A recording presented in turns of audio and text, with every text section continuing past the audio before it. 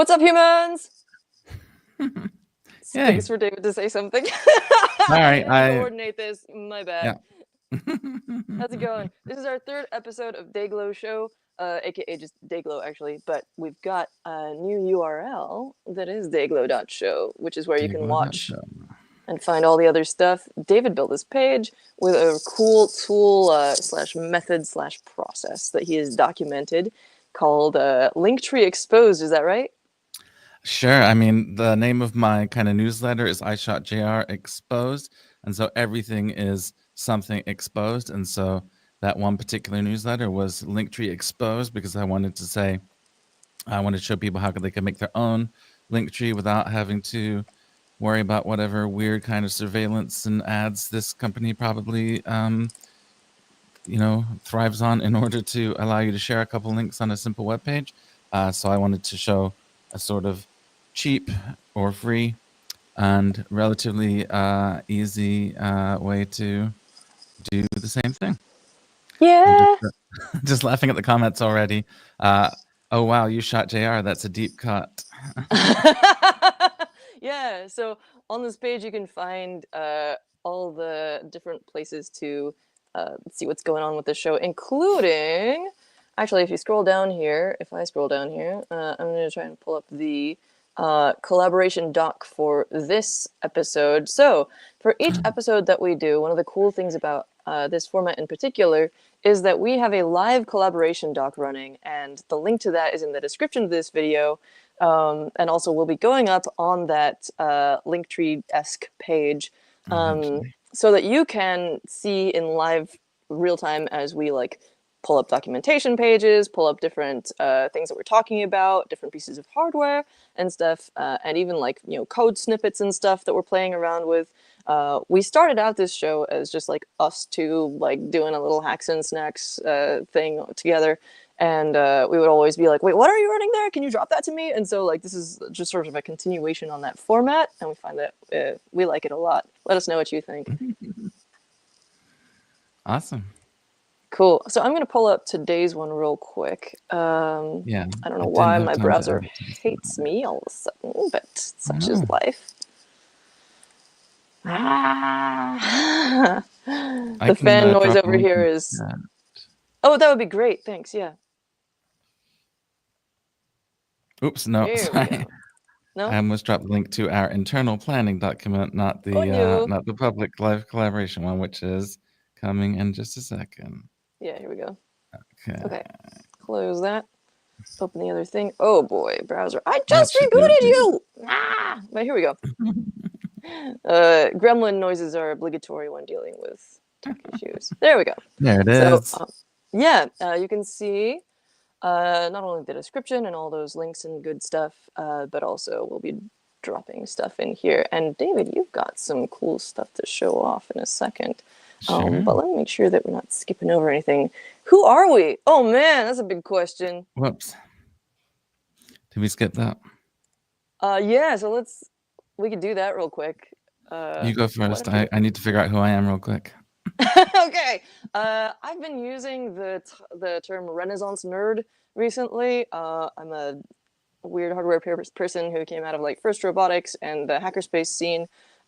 Studied languages in college and then just went full bore into hardware stuff, although I do play around with languages still, and do stuff like companion bots like Archimedes here, whose head is off right now, but otherwise he's back to normal, which is great. Let me grab his head real quick. I was really excited to finally get an Archimedes back together for open source last weekend. But usually it's like that. And he's got cool LEDs and stuff now. Anyway, so I built a lot of companion bots, and I'm going to be digging into a little bit of that later today with my custom companion bot PCB. Awesome. I didn't know we were supposed to prepare a whole origin story. I mean, I don't know. No, that's great. I'm David, often known online as iShotJR. I'm not sure what my origin story is, but I also... like to mess. I'm very enthusiastic about hardware and try to get my hands on and play with just about everything you can imagine. And so that's, I guess, part of what this show is this stuff is on my desk and we might as well share it with a larger audience. So here we go. Yeah, and so real quick, we had a couple of questions last time about the chat. We will be pulling up chat comments on the screen from time to time, like this one, for example. The thing is that like we have two different YouTube channels that we're streaming to, mine and David's, and so you may see comments that you don't see in the YouTube interface, but coming up on the screen, and that is because they may be you may be commenting in different channels, so you can't see each other necessarily. Which, alas, I don't think there's anything we can do about that. But that's what's going on in case there's. But we try to share them all on the screen there, so you'll see them one way or another. Yeah. And then finally, just like a quick overview of what we've got going on today, you're going to kick off with a mailbag. And sure. then Yeah, what's happening after that? Oh, after the mailbag, we have a new Arduino that just came out today. I haven't actually been checking the news, so I assume it's been announced and people are aware of it, but maybe not. Maybe this is breaking news, but we do have permission to share it, so hopefully that'll be fine. And the other thing we're going to be talking about is Rebble and Pebble, and those are not angled well for viewing right now, but trust me, it'll all make sense. Oh, yay. It'll all make sense when we get into that segment too. Yes, I trust you, David. So I just realized that I left the tablet I'm using for Pebble setup. But what we're going to do with that is that I'm going to basically try and set up Rebble, the independent OS, on my Pebble Time Round from back in the day, which its battery is holding up shockingly well. That's and awesome. You're going to tell us all about like what's going on with that, like with Pebble updates. There's new hardware. There's new OS stuff. But I think let's just dive into the mailbag stuff. I was going if to you're say, ready. would you like me to do my mailbag while you run and grab that tablet? I can do that. Maybe Sure. you're already doing the same thing. So two things I'm excited about right now, I know this is a mutual interest, is the M5 Stack card pewter. This is the original card pewter. I'm actually working on a project with this right now. I'm not actually sure what's going to happen if I turn it on, but it is this amazing little ESP32 based, okay, yeah, that's working, machine. It's basically the thing that I dreamed of as a child because I hadn't envisioned kind of slab form factor cell phones, but I always wanted like a really ridiculously tiny computer that I could put in my pocket, and this is that. Right now you're seeing a sort of CircuitPython REPL on the screen, so it's like a fully fledged computer, can do kind of anything that an ESP32 can do. But this is the Card Pewter 1.0, and just arriving yesterday is the Card Pewter version 1.1. And the main features of this improvements are it's got a larger battery, and it's really hard to tell. Like I can't see it as I hold these up, but I promise it's true. The keys are a little bit bigger. I don't know if you can see that, but the keys are slightly bigger and faster ESP32 in there, I believe. The main features that make this one a little bit fancier than the version 1.0, but not so fancy as to be a version 1.2, I guess. And some other things that are great about it is it's Lego compatible. It's got these little Technic holes on it.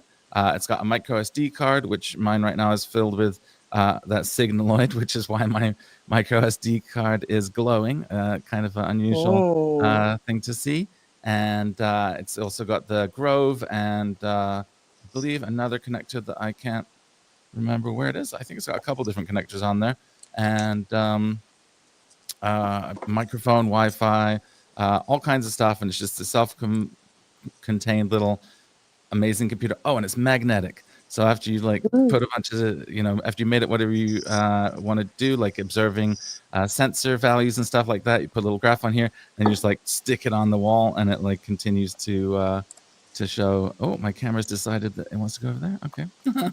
So, card pewter was one of the two things I wanted to share. The other thing I wanted to share literally just arrived, and Alex, I think you might have some familiarity with these guys. So I'm in Ann Arbor, Michigan, and in our mutual hackerspace, all hands active. One of the tenants in there used to be a company called Backyard Brains, still located in Ann Arbor, Michigan. Yeah, Greg Gage, and they have created you might have seen there are other products that are like sticking things into a cockroach's brain so you can make it radio control and things like that. But right now on Kickstarter, they have a thing called a spiker bit. And it's called spiker bit because I'm just opening this for the first time. I haven't played with it or even really looked at it. Hadn't had a chance yet, but this is the spiker bit. Obviously, you can see based on the form factor that is gonna be where you can shove a micro bit right there. And then this has interfaces that let you control it using your brain or some kind of acronym I can't think of right now, where you read people's sort of muscles. EEG? Oh, EMG. What is it? EMG. Yeah. It's EEG and EMG and a secret third thing that isn't actually secret. I just can't remember. EKG or ECG. Yeah. Oh man, I am so into biohacking stuff. So yeah, we got EEG, brains, electroencephalogram, muscle, EMG, and electrical. Yes. The three things that you need for a life. World domination. Both, yeah. World domination is life. If we haven't already, we'll drop a link to that Kickstarter in the I just put it up there. Awesome. Let me show people on the screen though. So first we've got the Cardputer V1.1 with a, wow, that's awesome. It's true. So I just put up the docs page, but M5 Stack also sell their things through various outlets that you may be comfortable with, and you can go check that out. They got all the specs, they got a bunch of documentation stuff, they got some tutorials and things, even schematics. Very cool. And then there's also a product comparison down at the bottom. Woo! And then also here's the Spiker Bit Kickstarter, which they're about halfway to their goal, a little over that, and they've got about a month left to go. Yeah, and you just went live. That's awesome. Yeah. Definitely wishing good luck to those folks. And then we've got those links dropped into our live collab doc so that you can peruse at your leisure. All right, cool. The other thing I wanted to mention real quick is that I'm working on Hackster tutorials from our previous episodes. If you tuned in before, you can see that we did Thumby stuff. And that includes, for example, let's see. So we each got like a little bouncing graphic up on the screen. You ran some cool stuff from the arcade. I think did some other programming. Oh yeah, so we each got a graphic up on the screen through two different methods. You were converting a static image, and I decided to go ahead and like make some pixel art on the fly on my iPad, kicking off a like minor personal craze. And so like I'm gonna be filling this out with more example code and like exactly what I went through, but for now you can find that. And then I can't find the draft for my other one, but I'm also writing up from last time. Just the really basic look around you video intro demo from our PicoCalc hacks. This was a really fun episode. Cyberdecks. There were a lot of cyberdecks that we looked at, and palm tops from you, David. Good stuff. So I think, are we ready to dive into the Arduino stuff? I'm gonna pull up the blog here, the Arduino blog. My Wi-Fi is cutting out a little bit. Is everything still? Am I still animated and audible? Yep, you are both. Awesome. So let's pull up the Arduino blog here and have a quick look at their post. So I checked this this morning. I actually posted on Mastodon, like in a comment, what the actual thing was, because someone was curious about it because they had already posted the blog post. But one thing I'm curious about, it looks like this is a USB-C connection, and there's a number of upgrades from previous versions of the Nano, just as with the Uno. So earlier, like a couple of years ago, actually, we got the Uno R4 Mini and Uno R4 Wi-Fi, which are upgraded versions. And you can find a little bit more about this. Let's see. Where's the stuff about the chip? The R4M1 microcontroller is at the core of all of these. And then Nano, of course, being the smaller version of Arduino boards, it's its own form factor. You've got these castellated edges so that you can either solder it down to another PCB or you can add headers. And I think you can order it either way. Is that right? Yep. Another thing I'm curious about is these Modulino nodes, but I think we'll have to dig into those later on. They also have a quick connector. With me, actually, if you want to. Yeah, absolutely. Oh, yeah. That's exciting. I ended up bringing a little quick module, so we can try both of those, maybe. So another thing I wanted to point out. So the Nano is obviously there's a established range of Nanos from Arduino, and this basically takes the same chip that's in the flagship Uno R4, which is remarkable in that it is their first 32-bit Uno, not the first 32-bit overall, but their first 32-bit Uno, and it makes it much smaller down in their Nano form factor. As mentioned, oh my God, so glad it has a USB-C instead of micro USB. It really upsets me when people still use micro USB, but it's fine. And yeah, so I haven't unboxed this. I've been a beta tester for this for a couple Ooh, months. So I've had one, but I haven't opened my box either. But just cool. wanted to mention some other accessories real quick, which Yeah, include I the got some stuff too. Nano connector carrier. So this Mm. is kind of a breakout for the Nano that lets you Ooh, easily access everything on those pins, which we'll get to in a little. By the way, do we have the header or the headerless one? Oh, okay. So this is one with headers. I My don't beta know. one was without headers one, which obviously I can put headers on. And then you'd mentioned the Modulinos. So I don't know if you've played with this at all, but the Modulinos I have were not. originally found in the Plug and Make kit. And Plug and Make kit is an Arduino Uno R4, which has this special connector on it, as do these others, that lets you daisy chain modules or modulinos onto the board without the need for any soldering. So these nanos have headerless or header versions, so you can breadboard them.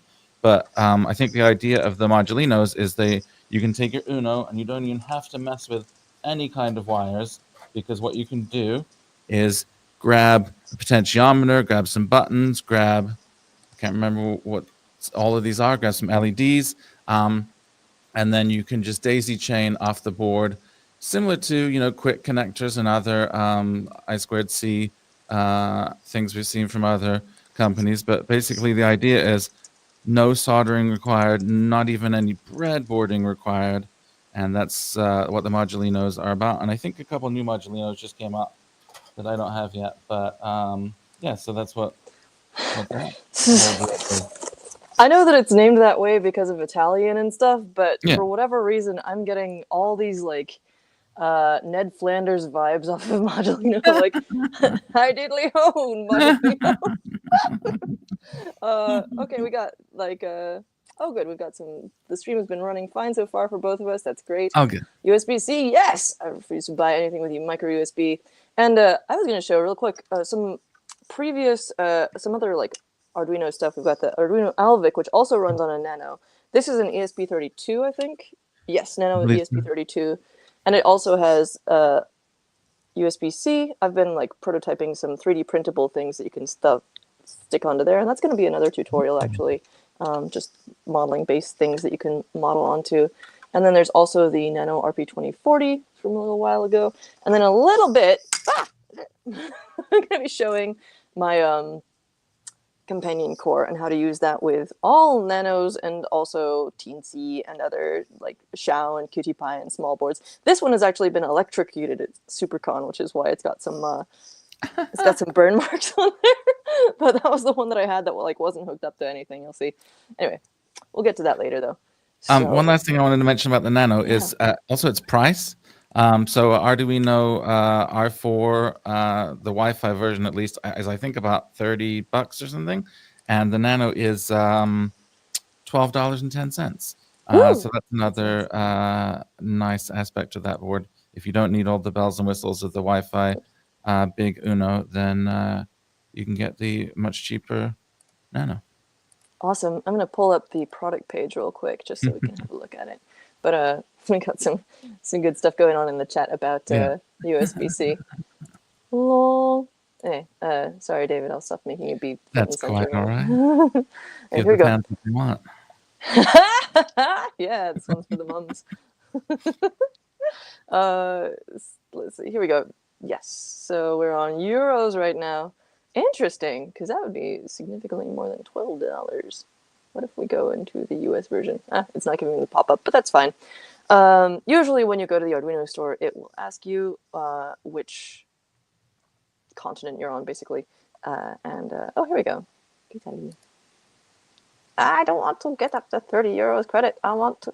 Is that what that is? Here we go. Chaos. Suspense. All right, yeah, it is indeed cheaper in the U.S. One of the few things. We're not gonna get into that though. All right, so yeah, you can check out the Uno Minima and compare that. And then, so yeah, you mentioned all the Modulino nodes, and we've got that pulled up as well. So Modulino is one of many sort of plug and play. Is this I2C, I assume? I assume so too. I'm actually not certain, but I'm almost certain. Yeah. You know, looks to be using, if not exactly the same, a similar wire to the Quick and StemmaQT ecosystems, also I2C plug and play modules. Quick is from SparkFun, that's the QWIIC one that is compatible with this guy. And then there's StemmaQT, which is just slightly different. And then there's also, of course, the Seed Grove modules that you mentioned that interact with the CardPuter, as well as Arduino Alvic has breakouts for both. It's got Quick and Grove outputs. So I'm kind of wondering if they're currently labeled Quick, because this is from like a year or two ago at this point. So I'm kind of wondering if they're going to like make the Modulino talk to those ports, and then they'll maybe relabel them. They'll have to fix their font size though. Unfortunately, it looks so nice right now. Oh, anyway, enough rambling. What am I saying? This whole thing is basically rambling. Yeah, so that's the vibe. Yeah, let's see. So we got two things to jump into. I think that we should. So we've introduced the Uno R4. In my opinion, it makes sense for us to go right into the Pebble stuff and have you give us an update. I want to hear all about like what's going on with that, and then we can like go into the open-ended hacking portion with the things. That sounds great. Yeah, because we always like go way over on that. Let me just prepare, and by prepare I mean take off my watches so I can sort of be ready for that. One other thing I want to say about the Arduino too is I don't know if you've ever ordered from their online store in the US, but they fulfill really, really, really fast. Like it just takes a day or two, and it's pretty easy to get free shipping, if I recall correctly. But when I've ordered stuff from them in the US, I'm just always surprised by how quickly their stuff comes. Oh, we've got some Pebble fans in the audience already wearing their new cores. So, so yeah, I'm not sure kind of how far back we want to dive. I know that the show notes I'm looking at include my love letter to Pebble in the community. Maybe let me pull that up. Yeah. So if you're not familiar, Pebble was a smartwatch that was maybe not the first smartwatch, but probably the first that really kind of gained traction. This is one. This is the one that I was wearing. I've got a Tamagotchi watch face on it there, and it's still alive and ticking, not literally. And I see Potato Fi is saying, "Woohoo! Wearing my Pebble Time right now." Pebble Classic in the other room. So Pebble was a really kind of beloved brand. They did a really good job with the community. They're all of their, just even like the little animations and stuff are all kind of whimsical and cute, like the way that they the little icons and stuff like that. I really liked it. I really liked the community, really liked the platform. I really fell in love with like being able to write a little app that like is with me all the time.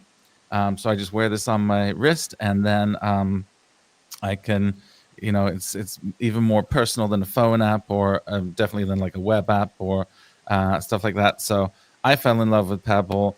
I started going to all the hackathons and stuff that they held. It's actually fun story how I discovered the Hacker platform that Alex was mentioning earlier. At the Pebble Rock Boulder Hackathon in 2016, we were required to use the Hacker platform to submit our project.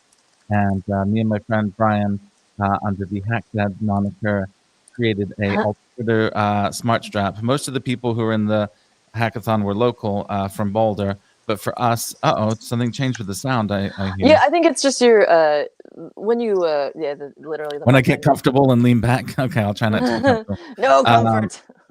okay. We attended this. We flew to Colorado just to do this hackathon, and for us, it was very high altitude. So we thought it'd be fun to make a. So the hackathon was about smart straps. On the back of the Pebble Time, there is this serial interface that lets you add additional hardware to your Pebble, and so we made an altimeter smart strap using a Teensy, which we mentioned earlier as well, and we actually won the hackathon for which was pretty great. And so I just got more and more into Pebble. I was a rock star, which is someone who organizes local community events. I was I was worked on the Pebble book that someone was making. Like any Pebble opportunity Wow. that existed, I took it. And then Pebble, oh yay, my first ever Hackster project. Took me a Yeah. while to pull that up. Yeah, no, it's Yeah. it's on there somewhere. So you can see there the teensy and the sensor breakout board, and we made a thing that can tell you how high you are. Almost Um, exactly 10 years ago. Whoa. So wait, it was 2015? I thought it was 2016.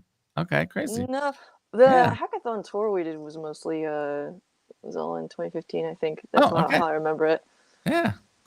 All right, that makes sense. Cool. So that was kind of yeah. At that point I was all in and just completely obsessed with Pebble. And then fast forward about a year. In fact, the next hackathon I went to was a bit strange because there was supposed to be Pebble staff there, and they didn't come. And it was because Oh like no. a quarter of the staff had been laid off, and they didn't have budget to send any others, I guess. So we already knew something was up, and again, because they'd built such a strong community, we had I can't remember if it was Slack or Discord at the time, but we had all of us were already congregating online under the Pebble banner. And so when things started to go weird and we all started to panic, we were all kind of congregated. And to make a long story short, that turned into the Rebble project, which was after Pebble went out of business. We wanted to keep these watches that we really love alive. And you might think, what do you need? You don't need a watch as a watch. You don't need anything to keep it alive. But there's an app store, there's weather, there's dictation, there's various functionality that does have to be recreated from scratch because it wasn't an open source project. We didn't have any of the code. So it had to be reverse engineered and replicated by members of the community. Wow. And little spoiler alert from the blog there, as you Sorry. can see. No, that's great. No, that's perfect. Okay. So one of the things that happened this year is that the firmware, which again we'd been, I have a prop for this. So we, I say we, I mean I was barely involved in this aspect of it, but one of the areas of concentration was creating a operating system because we didn't have that code. And so here is actually something that I was messing around with, which is a replacement Pebble hardware. This is a NRF52 dongle, little bit of SRAM, your memory and pixel display, and a thing that lets you talk to it. And this ran actual Pebble apps. Again, I wasn't responsible for that functionality. This is just me playing around with hardware. And so anyway, within honestly months of Pebble ceasing to exist, we had a lot of the stuff reverse engineered. We were very lucky to have Fitbit because they acquired the IP and they kind of kept the servers on for longer than would have happened otherwise, while we tried to replace them.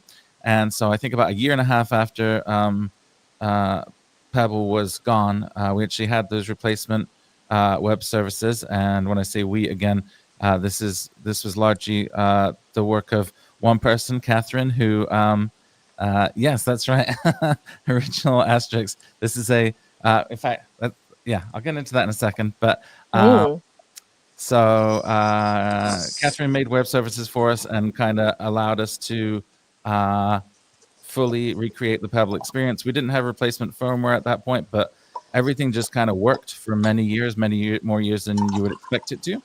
And the other thing about the Rebel Web Services is they gave us a revenue stream because um, we needed to pay for the cloud platform. We needed to pay for dictation and weather services. So we started Mm. optional $3 a month service, which an astonishing number of people decided they wanted to sign up for. And that gave us the money to be able to do all that stuff. And anyway, so fast forward to 2025, and the Pebble firmware, FreeRTOS based operating system, has been open sourced. And yeah, I just going back to what was referred to as an original asterisk. This is kind of like a pre-asterisk. So all of the Pebble hardware has code names based on Tintin and associated. Yeah, that's where these names are. French comics. Yeah, so one of the Bande dessinée. Rebel board members made a prototype board, much more advanced than that little thing that I've got there, which is called Asterisk because it's the same author but a different, comic. But let me just show another. I didn't realize those were the same guy. Wait, Hergé? I thought they. I assume they were. Isn't that where the name comes awesome. from? I'm gonna check it out. Maybe I'm wrong. I might be wrong. I might have my lore incorrect. Oh no! Fascinating if so, though. Like I totally would believe it. So speaking of asterisk, so these are some kind of awesome artifacts from the original Pebble. When they closed down their offices, people, went through the dumpsters and stuff and recovered things and sold them. And I bought some. So before you have something like this, you need a prototype, hopefully better than the one that I, hopefully something a little bit more robust than this. And so what they had in the interim were these big boards. So this is a big board of the original Pebble. Oh, cool. And then that gets, used for development and then squashed down to a form factor device that can actually sit on your wrist. And then the thing that's on my wrist right now, the Pebble Time, which was the second generation color device, was so this is that watch, and then here is a big board for that. Whoa. What they would use to develop for that. And then my own one here is a Pebble Time Round, which to me is just like the perfect, like this is the first smartwatch I ever saw that seemed like an actual, aesthetically like a watch I would wear. Yeah. Just it's so small, because at the time I don't know, I'm sure there's much smaller ones, but at the time we were mostly having ones that were yay big, massive bricks on your wrist for the power and stuff and the smarts they had to put in there. It's just it's I so don't small. have a Pebble Time Round handy other than these sort of development ones. By the way, fun fact, that's what your quote round screen looks like inside. Not so round after all, is it? Classic. Wait, is that an octagon? Yeah. Cool. Better than a square. Oh yeah, or something gone. So I think the round is widely regarded as kind of the pinnacle of the design. Like the other ones might be more capable, have better battery life, but the round is definitely, I think, most people's favorite. Just one other fun thing here. Are you calling me this basic? is actually the thing that came before the Pebble. I don't even know how to pronounce it. I've never really had to say it out loud, but Alerta or Ierta, depending on how you want to pronounce it, was the BlackBerry only Pebble predecessor. So anyway, that was a long way to go to say the same in the same path those pieces of hardware went along. Asterisk was a board that Joshua, a member of Rebel, kind of prototyped, and we never really did anything with it. But it obviously kind of provided a pathway from messing around with the software to where we are today, which is Eric Majakowski, the original founder of Rebel, has taken this same idea and this free open source software that Google have provided and created the Core 2 Duo. So this is literally the case from the Pebble 2. Like these are Pebble 2 cases. It's got a little bit different back because I guess the hardware is a little bigger. So it's a little thicker on the back. And then the chip inside here is the NRF52, which is that same dongle prototype that I showed you, has now ended up inside this new generation of watch, which is a brand new watch that is in production today. And Wow. there's a I couple gotta. hundred beta. Go ahead. Ooh. No, please finish your thought, and then I got a couple of things to interject. I was just saying there's a couple hundred of them out there beta testing, and then tens of thousands, I believe, have been sold through the website that you're showing on your screen right now. Wow. So someone commented about the battery. Yeah, JPlexer. So yeah, one thing you were talking about as well with the PTR, the Pebble Time Round, is like how incredible the battery is. This thing was sitting in a box for multiple years, and I plugged it in, and I was like, man, I'm gonna have to keep this plugged in forever because it's gonna be mad at me. The battery isn't gonna want to like hold a charge for a while. Nope. It is doing great. Like I charged it up yesterday. I found this other old one, which is like this guy. I don't know Yay! what version is this, a 2? It's That got is the like OG. That is the OG Pebble with some kind of fun skin a on little it. like brushed metal kind of Yeah, like you sticker got a skin little situation. vinyl skin over it. Yeah, It's throwing a really cute error where it gives we a little love. sad face. Where'd it Yeah, go? we love that era. There we A go.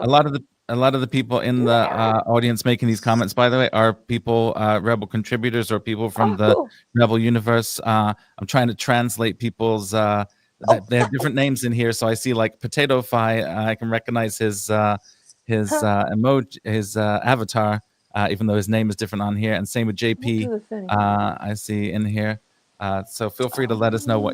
what your Rebel Discord name is to help me out. Ah, interesting. Well, I mean, but the PTR like battery, like this guy is much newer than the classic, and yet the battery in Okay. this fella is like doing way better than the Yeah. one in here. Which like the second I take this off of the thingy, it just Yeah. dies. But that's also because I treated them like a terrible parent and did not like charge them for ages. So Potato Fi here, resident potato guy. I love the rhyme there. There's one other thing, which is that, alas, we peddled a little bit of misinformation, and this might be a little sensitive. Oh, Apologies. thank you. Yeah. So they are written by different people. So Tintin is written by Hergé, who is Belgian, turns out. So just setting the record straight And on that. Asterisk was French. Yeah. I totally said they were both French comics, and it's on me. So yeah, my bad. They're by apparently different people, but they are still in the same like Contemporaries. Yeah. francophone verse. yeah, Yeah. exactly. Cool. So that's all I had to say. Francoverse. Oh, that sounds bad. Anyway. Yeah. I think I don't know if Joshua came up with the name. He's the person who designed that prototype board that I mentioned, but I will have to follow up and try and if anyone else again from the Rebel universe wants to jump in that remembers better than me where the asterisk name came from, I'd appreciate it. Nice.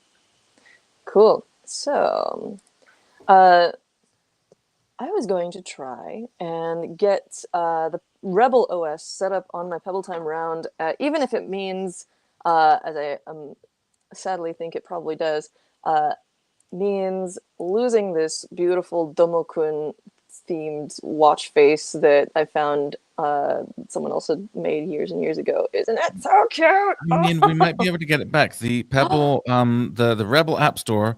So again, during the initial activities of the great, Pebble collapse of 2016, one of the things that one of our collaborators did was wrote a script to scrape the entire Pebble App Store. So we have all of the original apps, and we have recreated an app store that they can be downloaded from. So let's set that as a challenge to see if we can get your Great.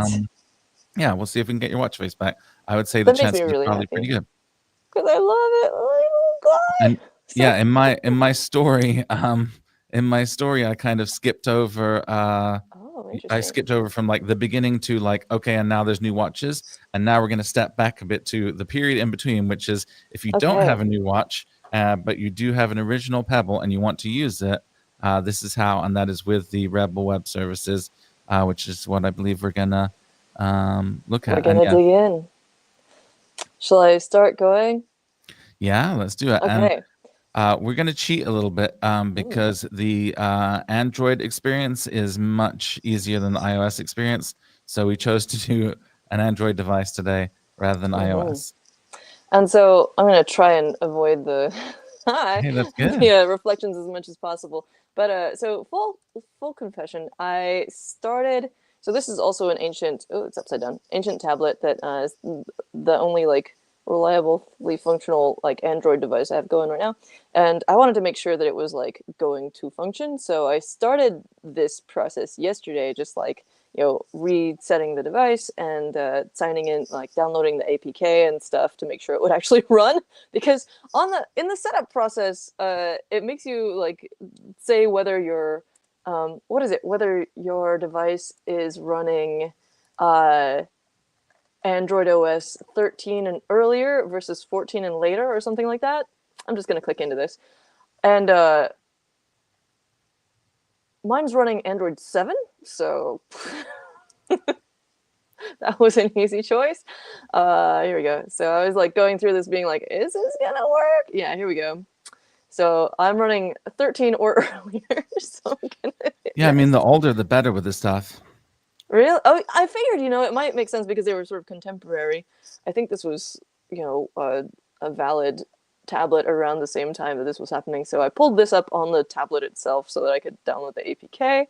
That actually went really smoothly. It just downloaded it. I had to do a little bit of permissions stuff, but the tutorial goes into that in a really friendly way. Allow from this source. Google really doesn't want you to like run that stuff. I was running 7 or earlier, so this is more the territory we're talking about. And I did allow it to do all the things on there. So I hit skip login twice, and then it came up with a Bluetooth thing, and I stopped because I was like, oh man, this is like actually going really smoothly, and I'm gonna like not have anything to show on the stream. So we're at step 6 of 14 here. Ooh, there's an I need help thing, but I can't right click on it to open in a new tab. Maybe you did something else.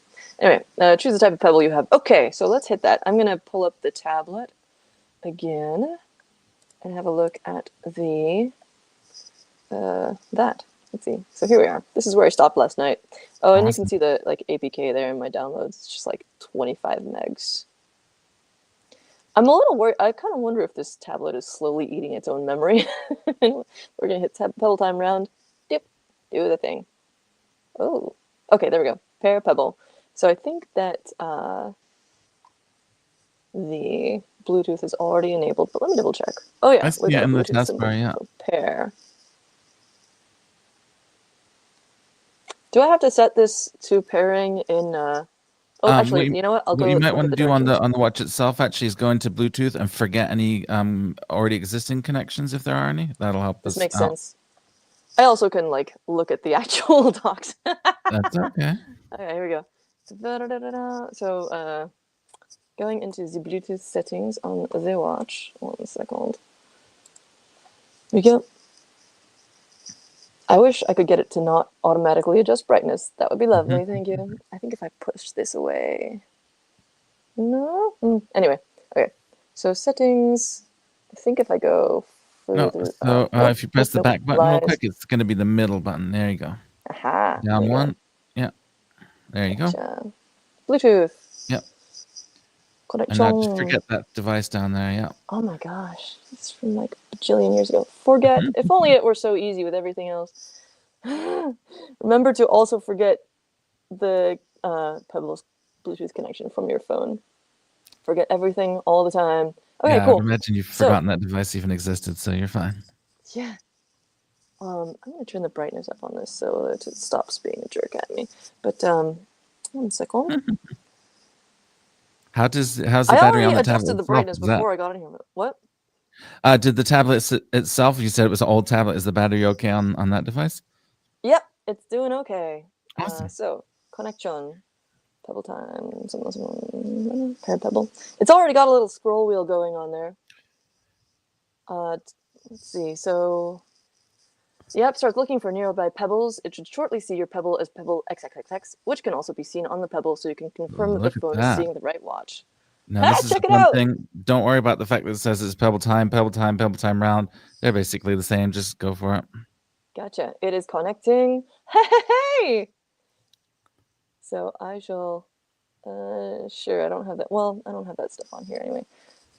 Oh, it's got a little green heart. Oh, look at Isn't it it go. adorable? Yeah. It's so adorable. This is what I was best. saying earlier about like the whimsical graphics and stuff. Just make you kind of have to love it.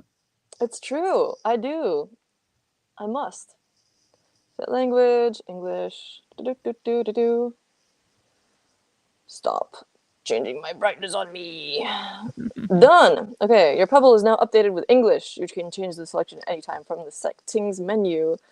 To get notifications, you need to enable Pebble in system settings by tapping the button below. All right. Enable. By the way, is the tablet on Wi-Fi and stuff? Yes. Okay. No problem. Okay. Welcome to Pebble Health.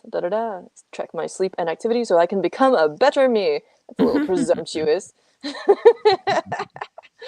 But sure, why not?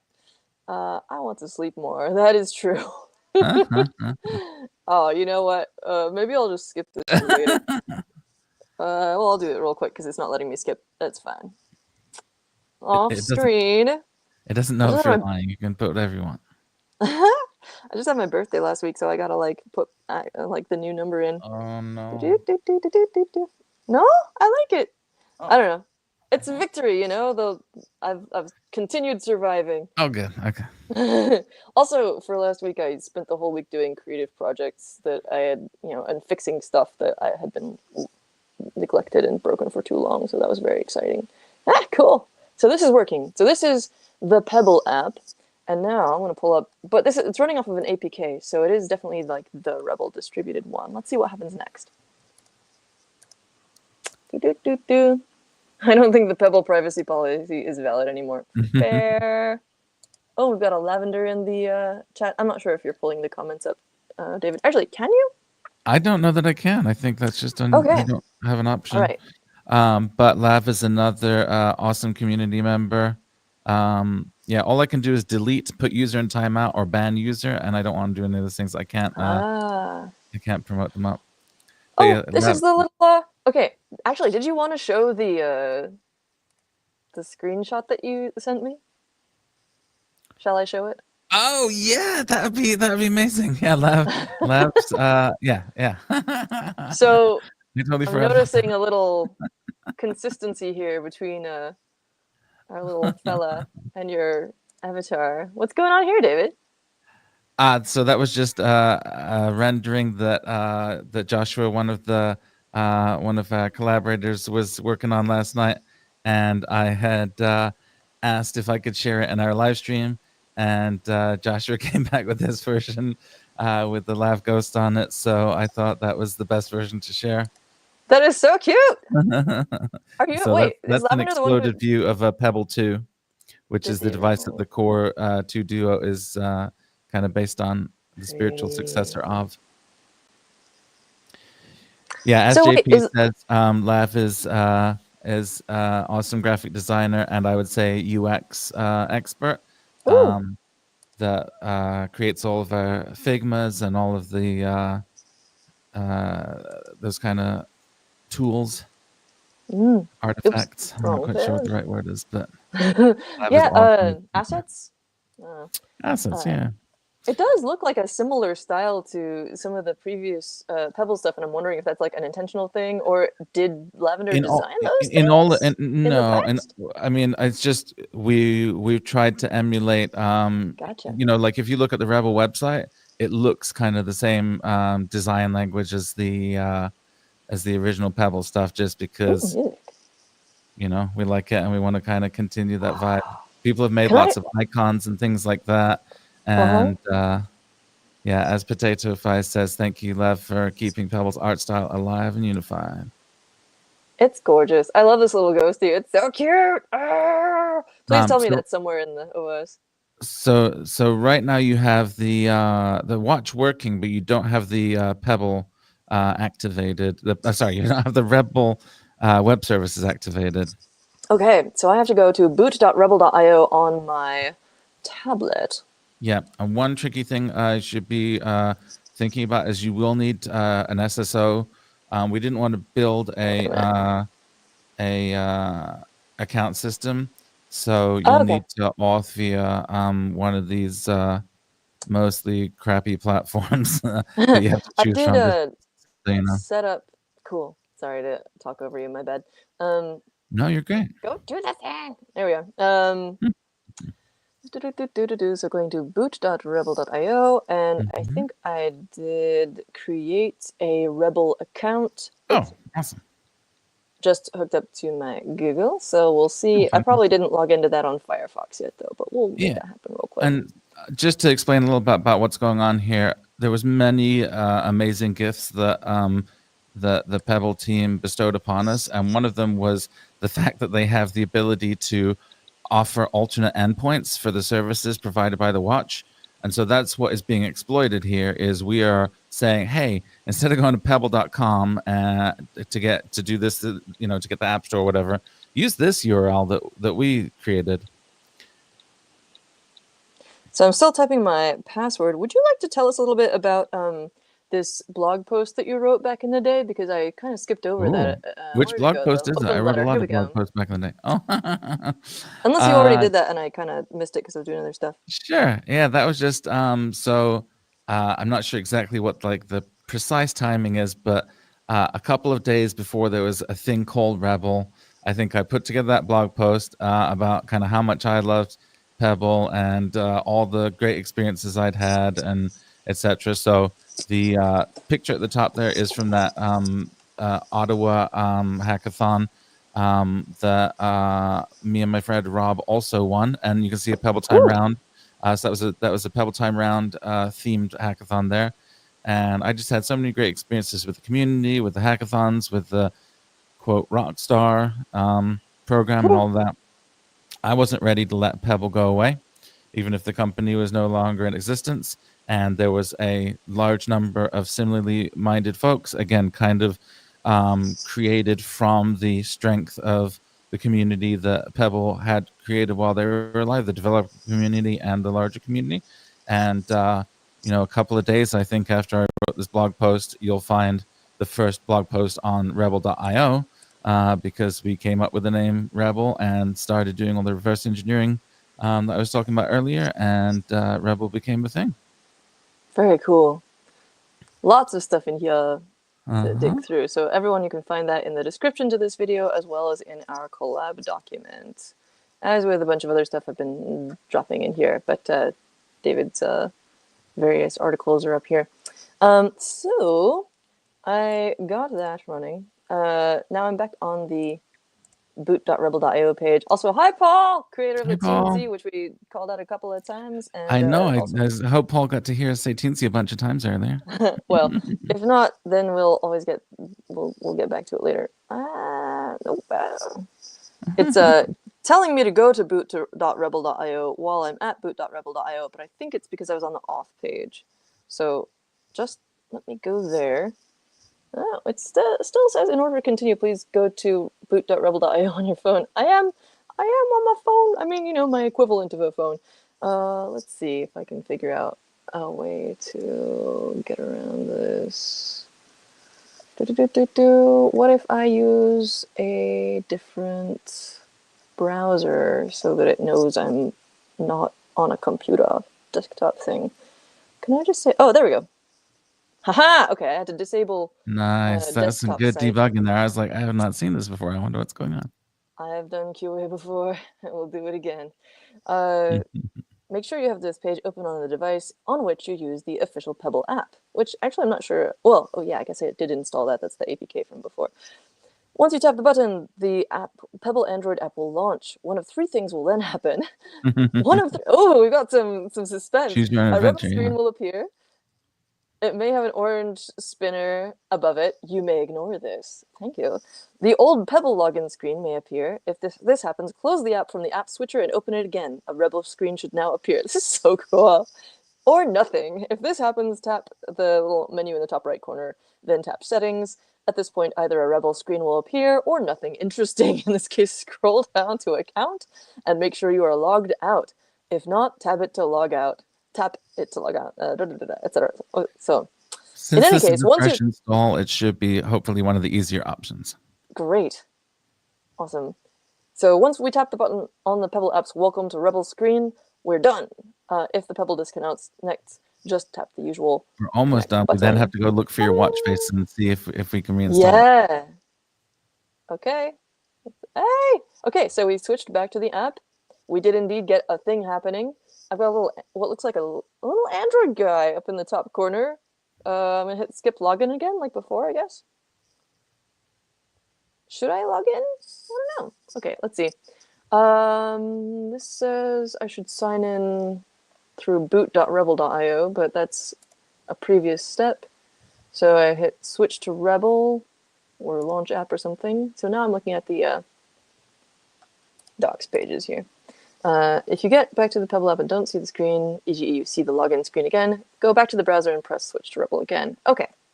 I read all that stuff out loud, but sometimes when I'm reading stuff aloud, I don't really process it, you know? So hopefully, here we go. Thank you. Yeah. You got option 2 from the list of outcomes. Thank you. So I'm just going to go back and hit it again, like it says. Okay. Okay. I'm just going to, I'm going to close it. I'm going to go ahead and do that. Oh, no. What? You close Why did you everything? close that Oops. too? I think you It's been a long closed time all since I used apps. Android. I was hitting the X button on that particular Oh. app, but I guess it just misunderstood me, or I did it poorly. So whatever. Okay, switch to Rebel. Let's try this again.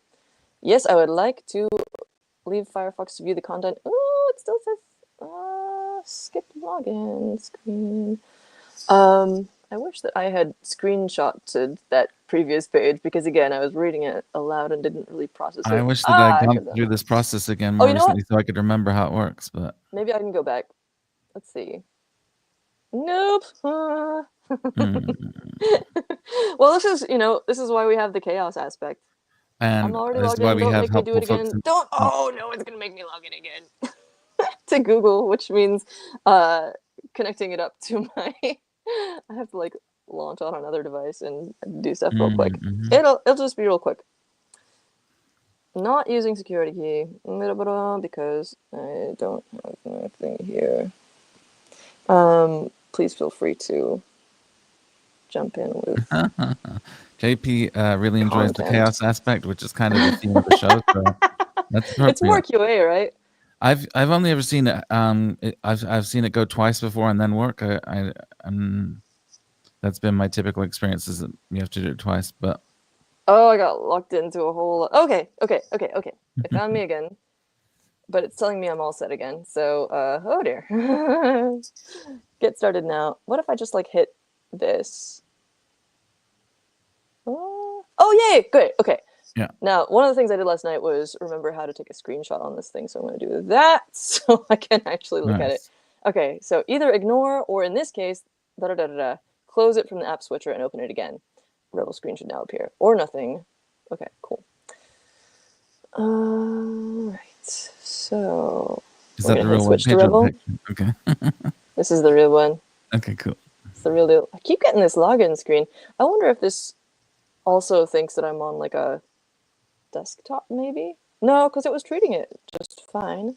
And look at this little Android guy that's showing up here. Yeah, well, that's because that's the web view. Okay, that makes sense. I don't have a hamburger menu or like that little 3 dots guy, whatever that's called. But what if I hit back? Nothing. What if I hit the other back button? All right, maybe just try killing just the Pebble up again and hitting the boot. Yeah, this time. There we go. Okay. Okay, cool. Come here, sweet Rebble. Did I need to like log out of the Pebble app? I mean, shouldn't just because super it's weird. a brand new installation. I wonder if it can't be launching the wrong app because the only thing that I installed was this one APK, and it's the same one, Yeah. right? It's not the actual official Pebble app. Yeah, right, because the APK is This is the the one you Pebble app. downloaded. Yeah, so it's the right one. It's not like a special APK from Rebel. It's just like an archived version. Is that right? Yeah, will it let you press skip login and I think maybe just have a so. look? Have a Yeah, look and that's a see if good. you've already got it. You may find that you've already got it. Go to the App Store. Go to the How do I App Store? Is that this? Ooh. yeah, hit plus. Yeah. See if we can. Oh. Yeah, okay. So it's, as you can see, still trying to Wait, go to my Pebble is apps. disconnected. Let's try connecting that. It's normal for the Pebble to disconnect during the upgrade, so Okay, that's okay. that makes sense. Yeah, I think that was in the thingy. Okay. All right, give me Still another boot. fitting. Come on, let's try a fourth time. I think it's gonna be good. Yeah. Okay. Yeah. Okay. Everyone, Okay, like, hang on a second. Pause. dude. Lab says to just kill off the recent app and then open it again. No need to boot again. Oh, okay. I'm gonna try that. Where did it go? I think it's still in my. If I just wait, here we go. Haha. It does have that Okay. persistent notification that you can hit, I guess. Yeah. Yeah, I think that was like the download thingamajig. No, the Oh thing at the yeah, if I bottom like that hit says the this. Pebble you're connected, you could also hit that to launch it, I suppose. Try that. We got a little orange. Oh, okay. Well, you can You can don't worry tell. about that. But Okay, now try the. let's go back to this and see if we can. No. All right. It could be my fault for using this like, No, ancient device, but also they are contemporary, so. no, it's not the device at all. Try launching it all the different ways.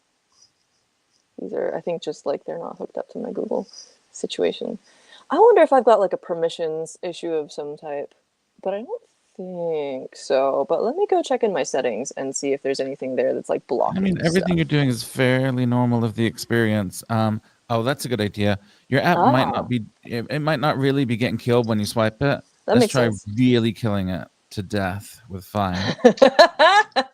So if you go Okay, back to the with icon, prejudice. Where's the like with prejudice if you option? go Event back to the apps. icon and hold it down, there'll be an option. Mm.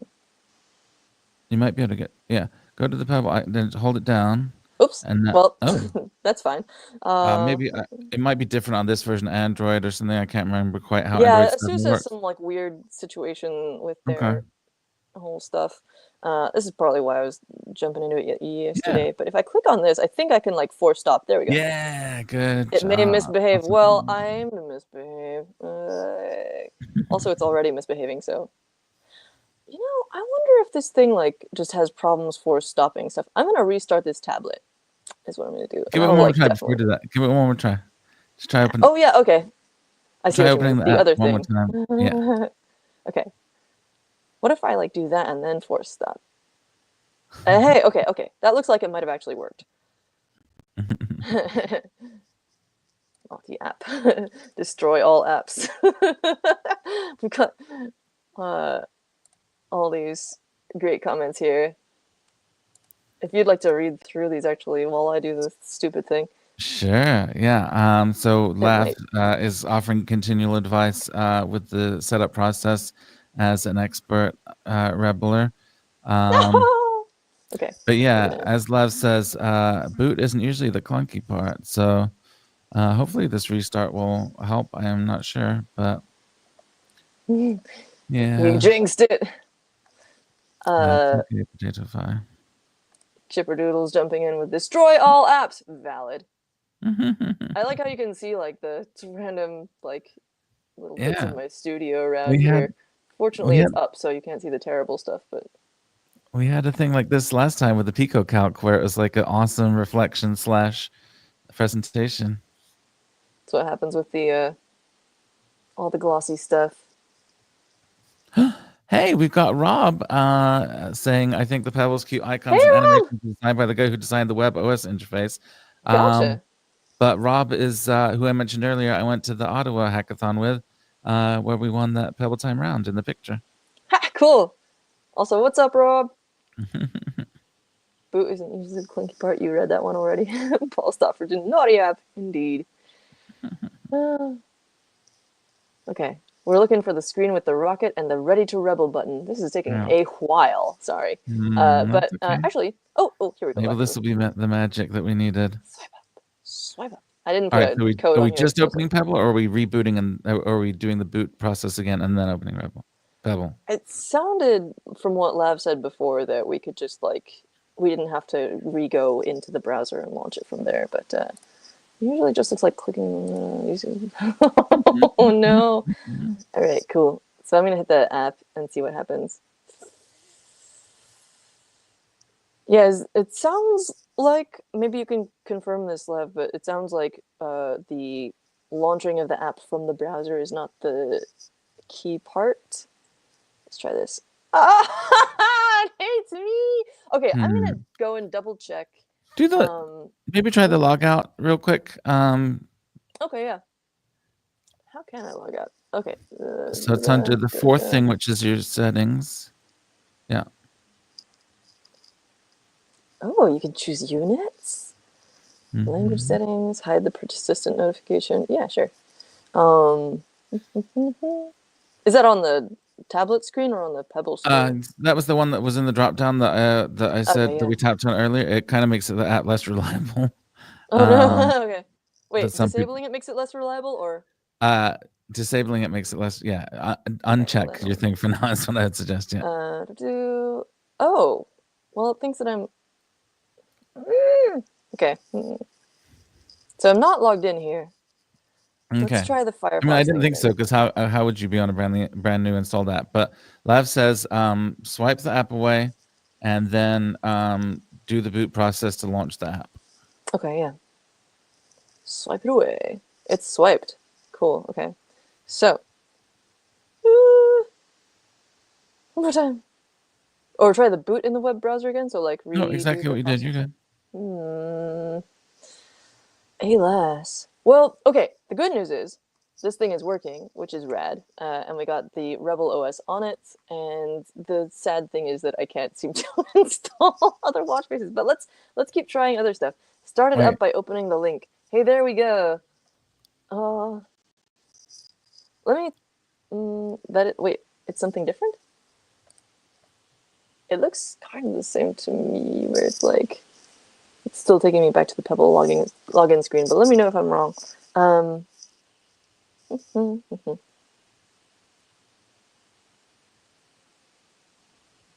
Pebble's disconnected. Connect. Okay. Now. Okay, it's connected to the thing. Just gonna keep trying. Yep, no. So why would it possibly not be working? It's trying to hit this getpebble.com. Yeah, I mean, so what the boot process does is it replaces those URLs with ones that work, and so that's how we know it's kind of like yeah. the So boot it shouldn't process be is trying not to hit this working. one at all. Yeah. Getcha. Okay. That's real weird. Why do it hate me?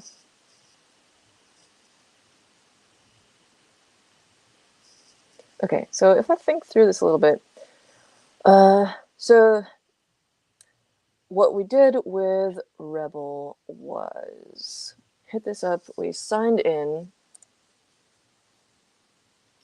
Yeah, I agree. That's a really interesting point. What Lav says is that the Bluetooth disconnection kind of it's really maybe can you try pulling up? Did we do apps? Tried pulling up watch faces? Like maybe it's somehow like got a cached page for that or something. Try whichever the opposite of which we did before. Yeah, good point. Okay. Oh wait, no, I was gonna. No, you're good. No, don't worry about that. I'm worrying about it. Worry about it. Stop All me right. from. Yeah. So now do a plus here. What you're trying to like make sure that it's trying to connect to the right place, like force it to not cache that URL. I just wondered if we tried it and the watch. What if we just like clear the entire cache or whatever? That doesn't really make sense. But I'm gonna try it anyway. It's an interesting idea. That's a great idea. Why not? I'm gonna try and put something interesting on screen while I derp around in the settings. Okay, hang on a second. The Lav has another idea. Next time you get to the screen with skip login, swipe the app away right then, and then restart it, because that screen is a part to be the one when you see the rocket. Yeah. Okay. So I'll try that, and then I will try Open. clearing all caches and stuff in the settings. And now just swipe it away. Just swipe it away. Like in here. Yeah. And restart it. And then just open the Pebble app not from the web page, just from the Pebble. Yeah. Yeah. Okay, so that obviously didn't die. So maybe a force stop now. Okay.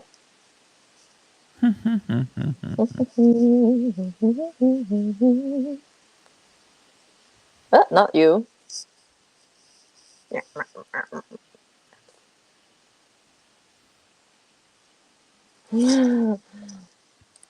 This looks to me like the perfectly usual Android experience. Oh, and then we have Last Day in My Kingdom for a new Rebel. All right, force stop. Okay, so I gotta stop that and then force stop it. And then Right. open. What if I would it be stupid to reinstall the app? Wait, you just stopped. Why are you restarting? I just want to say goodbye to Potato Fi because it's 11:20 p.m. in Helsinki. Oh, thanks for joining us from Finland. That's so cool. And Lav says this is a completely unique experience that I've never seen it do. For me, it's worked on the first or second try every single time. So I'm really not sure. I'm really not doing a great job of selling it, am I? Where's the maybe it's restarting because the Bluetooth is connected. Huh. Let's see. What was I gonna do? Oh, I was gonna have a look at cache stuff just for fun. Yeah, I think that's a great idea. That's that's the same as uninstalling it, honestly. A fresh install and a deleted cache and data is basically the same thing. So that's a really excellent thing to try. Can I just no, that's a different kind of memory. All right. Where's the It's probably in the same place as the force stop stuff. Under the apps. I don't think it had a maybe. It's so hard to remember this old version of Android. Uninstall, force stop. Yeah. I might try uninstalling and reinstalling it just for does that, or would I have to redo the online process, do you think? You should already auth because that happens in the browser, not the app itself. That's right. So my brain has instantly deleted whatever we just did in terms of the setup process. Rob suggests it might be under storage. The cache. That makes sense. Yeah. It's so funny. I just can't remember just how. Just kind of scrolling around with my brain. Cache data. Haha! Thank you. Okay. Well, let's see what happens now. I keep forgetting to close the app before I. All right, Rob is saying apps and then Pebble and then storage. Oh, there we go. Apps. And then Pebble. Storage. Oh, that's clickable. There we go. Yeah. Definitely clear the cache, and I'd say clear the data too, yeah. Yeah, let's just clear everything out as much as possible. And if that doesn't work, I will uninstall it entirely and try reinstalling it just for funsies. Sita says, thanks to this show, I've gone from I should install Rebel, wait, I should update my Nexus 7, wait, I should install Lineage OS on my Nexus 7. Well, good stuff. Oh, good. Google has decided to kick me out of the shared document. Oh, no! Because it doesn't believe that I'm myself. Very strange. As David's talking about, there is this shared document. Wait. Now your Pebble is up to date. Yeah? What does that mean? That's just the Pebble's own firmware. That's Okay. It's a different screen though. Can I skip it? I might have already gone too far. I think you just say don't do health, but I think you said do health and then. Yeah, that's my mistake. I'm gonna say I am 6'8". That's what I always do. And whatever. Okay. Can do stuff in the App Store. I mean, it clearly did reset some stuff, so maybe. No, that's normal because you haven't booted yet. You haven't done the boot process yet, so we would never expect anything but that right now. Okay, so I need to go So into the this is a Firebox blank thing? Pebble app with no awareness of Rebel, and so this is exactly Okay. what we'd expect. Okay. Right? Again, I like was sort of like autopiloting through that process Mm-hmm. because of doing like video and like whatever at the same Yeah, of time. course. So I have no retention of what happened Oh, during that's that no worries. process, Yeah. unfortunately. So I'm saying now do the boot, and we should be okay. Doing the boot and Yeah. the doot, and then see if it. Nope. Alas. Well, it's irritating.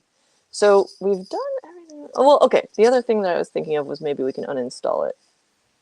It's really not going to be different than I wiping know, the that's what I data. thought too, yeah. Well, Should we now just I have two of them. maybe there's one good app, one evil app, and all right. Do we want to switch to Arduino? Because Let's switch to Arduino, because we okay. got some other stuff that's going to be ideally less frustrating. I was going to say we got plenty of other Which is, opportunities for things not to again, work. yeah, that is also like not, I'm not sad about how that went, because I definitely explored some things. Which icon has the goatee? Don't use that one.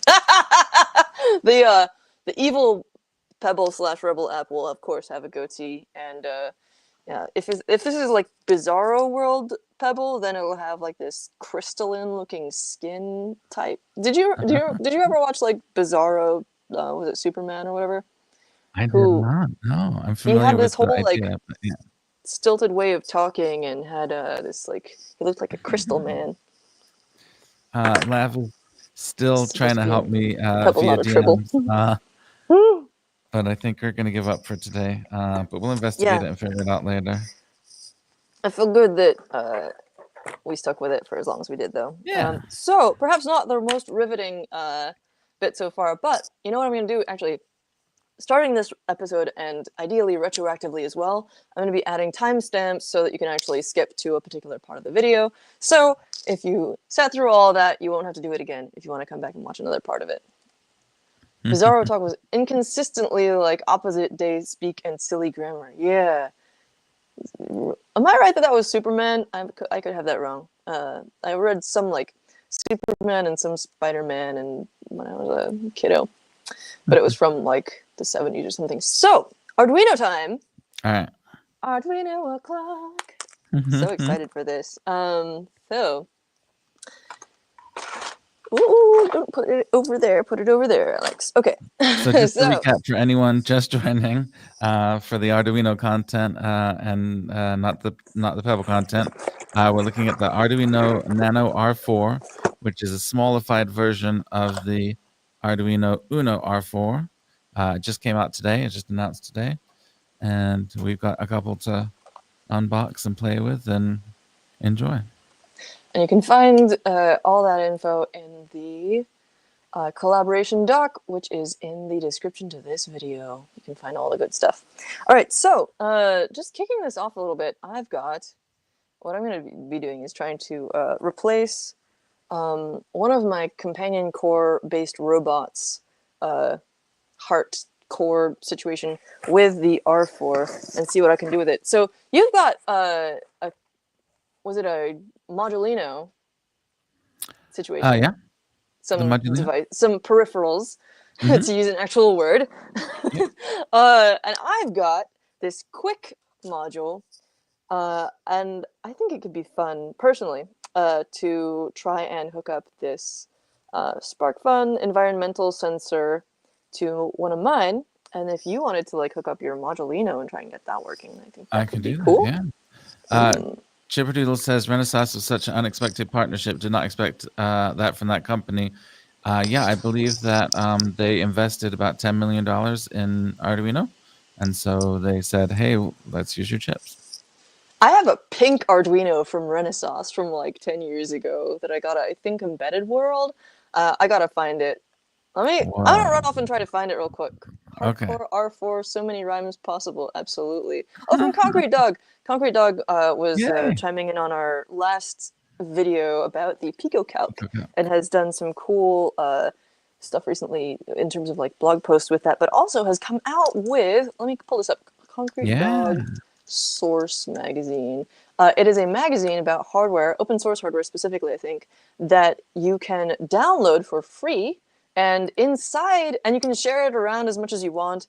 And inside that magazine are places to like tip if you liked it and you found it useful. But in general, you're encouraged to share, download it, and like spread it around as much as possible, which I think is really cool. So I just dropped that into the one or more of the comments here, but I'll put it in the collab doc too. Okay, so I know it's on issue 2. Do we know what the publishing cadence is? Is it monthly or quarterly or annually or sporadically, or how often does it come out? Do we know? let us know in the comments. And I'm gonna run off and try to find the pink Renaissance Arduino real quick. If you want to like kick us off with some thoughts, I'm actually not going to be able to hear you, but I can start unboxing. It's a quarterly magazine. Awesome. Yeah, that's really cool. I saw that on Mastodon the other day, and I'm excited to dive in further. So yeah, so this is the Arduino Nano R4. The unit that you saw before is the pre-production model. I'm not sure how much it's changed since this version, but this is one that I was beta testing. And here is the brand new, just announced today. And I'm going to destroy the box, unfortunately. Why won't you open nicely? Come on. Okay. Oh, it's glued shut. That's why. Okay. So this is the Nano R4. And oh, with headers. The headers are holding it onto this piece of styrofoam here. And let's see. It looks pretty similar to the one that I already have, other than the presence of headers. So there is our new... Oh, it's actually... Oh, this is interesting. So it's actually quite different on the silk screen on the back. That's kind of fun. So, and it looks like, is that the LEDs in a slightly different position? No, I think that's the same. Pretty much the same with front. But look at this. This one has a totally different silk screen. This is the beta version versus the final version. So that is the Nano R4. And then the other accessory that I'm going to be experimenting with today is the Nano connector. This is a new accessory that obviously works with any Nano because it's just a pass-through, or any Nano with headers at least.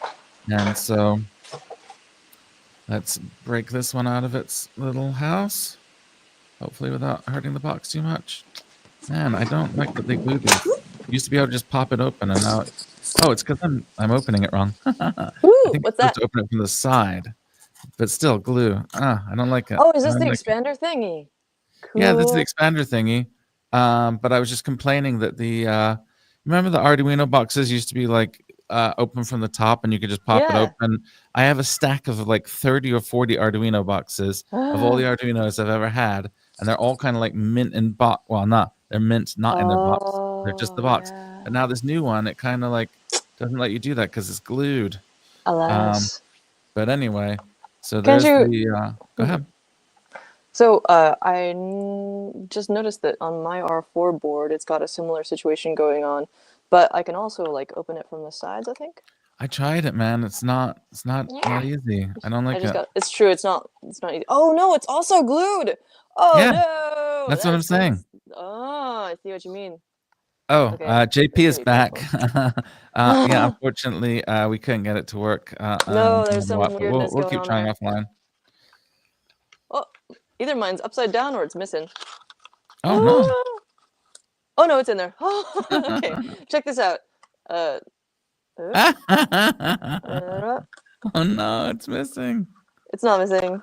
It's under there. Oh, that's interesting. So yours was the headerless version. It's okay. So yours was the headerless version. Mine was the header version. Well, yeah, it has the headers with it, but like no. Oh, awesome! Yeah, I just sent you whichever one. I just sent you the one that I received most recently. I didn't notice that there was a difference. Thank you for doing that, by the way.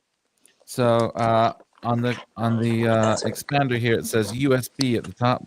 So that's going to mean that the slider where the USB is, because obviously the orientation is kind of ambivalent, but obviously this is how it's going to go. Jammers that down, and now what do we get? It looks like 4 big chunky Grove connectors. Oh. What's going on? That almost looks like a feather situation. Yeah, but not. Yeah. Well, yeah, it's weird. There's the nano form factor, there's the feather form factor, there's the teensy form factor, and all of them are slightly different, but nice and Yeah. small. So you've It's got just these. because like of the little block shape that you get when you attach a feather to a feather wing that like is like this nice little chunky. Oh, yeah, I yeah, quite yeah, like it yeah, honestly. Oh god, sorry with better comments there.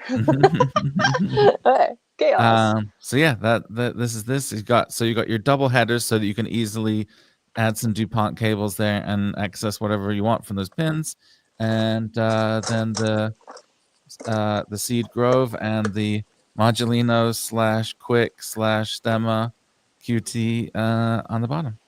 And Plus, actually, since I dropped one of the header, one of the sides of the headers on here, I'm gonna just do this with these like all right, long headers so that I even can better. stick the Arduino onto something and also plug stuff into the top if I so chose. Random silkscreen, do they all have the UKCA mark or do US ones not? Interesting It's funny you should, questions. yeah. Yeah, I'm not sure about that. I was just gonna say, Deshampoo said, "I always put a battery in the space That's between the clever. feather and feathering." I also used to do that, except for what happened to me is I, one time squished the board down and some kind of through-hole component poked the lipo and set it on No! fire. I don't know why I was just doing this in the kitchen, but I happened to be in the kitchen when it happened, and so I threw it in the sink and let it burn out. But yeah, be careful with that. That's my suggestion. Yikes. Good to know. So here's the back of the board. It does have that UKCA marking. But again, these are ones. My one is one that David shipped to me. Thank you, David. So I am not sure what its exact provenance is. And So I think these that's an came from the official Arduino release. team. Yeah, that should be the official release from the one that's out today. Whereas my one is a little bit weirder because it's the beta version and has quite a different Very silkscreen on the cool. back that way my phone doesn't seem that my camera doesn't want to focus on. But Problems. Anyway, here's the two side by side. Ouch. Read the battery. We also have manually activated improvised fire starter. exactly. Indeed. Cool. So let's start doing some stuff with these because we're an hour and a half in. We've done one thing. I am determined to get a thing on it. So Something. actually, I'm actually really excited about this because I realized that one thing. Okay, so I got a couple different things, like different bots I could be putting in this in. This one is called Kara. It's based on. I'm calling it that because it is. It's got a carabiner on the top. This is actually a headphone container from the Fiamoda headphones, as I think someone called out before, maybe from my extra staff days. And so inside, I just realized it's like perfect for a little mouth, but also it's perfect for just like putting a little guy in, and then like if I have the carabiner on top, I can put little servo ears here and turn it into a little mobile therapy bot. Not only that, but these kitty ears that Anouk Viprecht designed. And look at that! Look at how good they go! Amazing. Sorry. Okay. And then I've also got a beanie hat that I cut the pom pom off the top, and if you put these together, the ears stick out the top, and it's really cute. But anyway, I've got that like hooked up with some power cables inside of here, and this is running on that companion core board.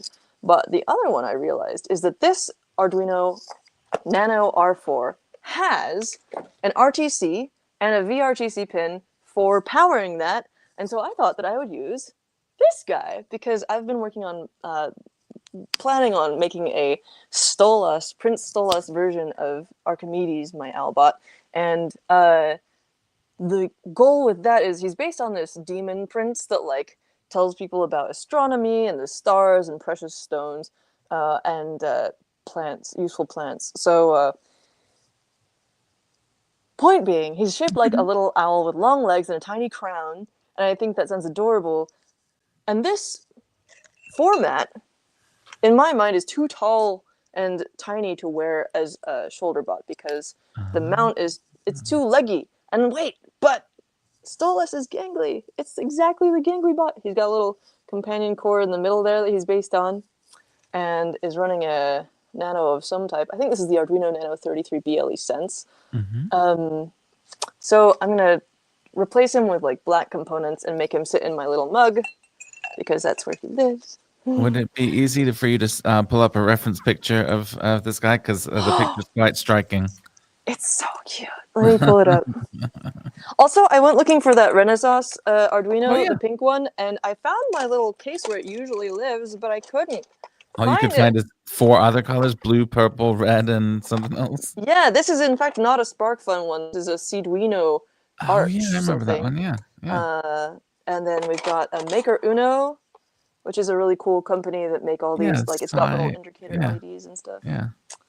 And then some other random stuff. This is a blue SparkFun board. How often do you see that?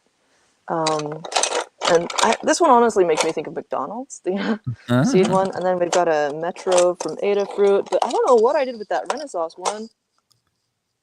Anyway, Nice. that's the Goth one. Many colors of Arduino. So I'm going to pull up Prince Stolas. Prince Stolas. Not the one from the cartoon, the original Goetic Demon.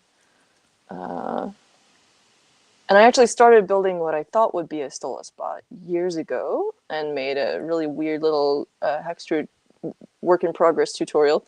Where's the original? But it never came to much. Show me the original one. Pull it up. Wikipedia. Wikipedia has the goods.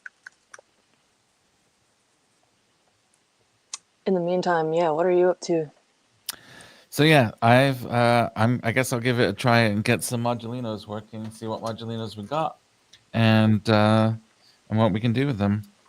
I've got a potentiometer, I've got some buttons, I've got some LEDs, I've got some kind of small IC that I can't remember what it is. Maybe it says it on the back.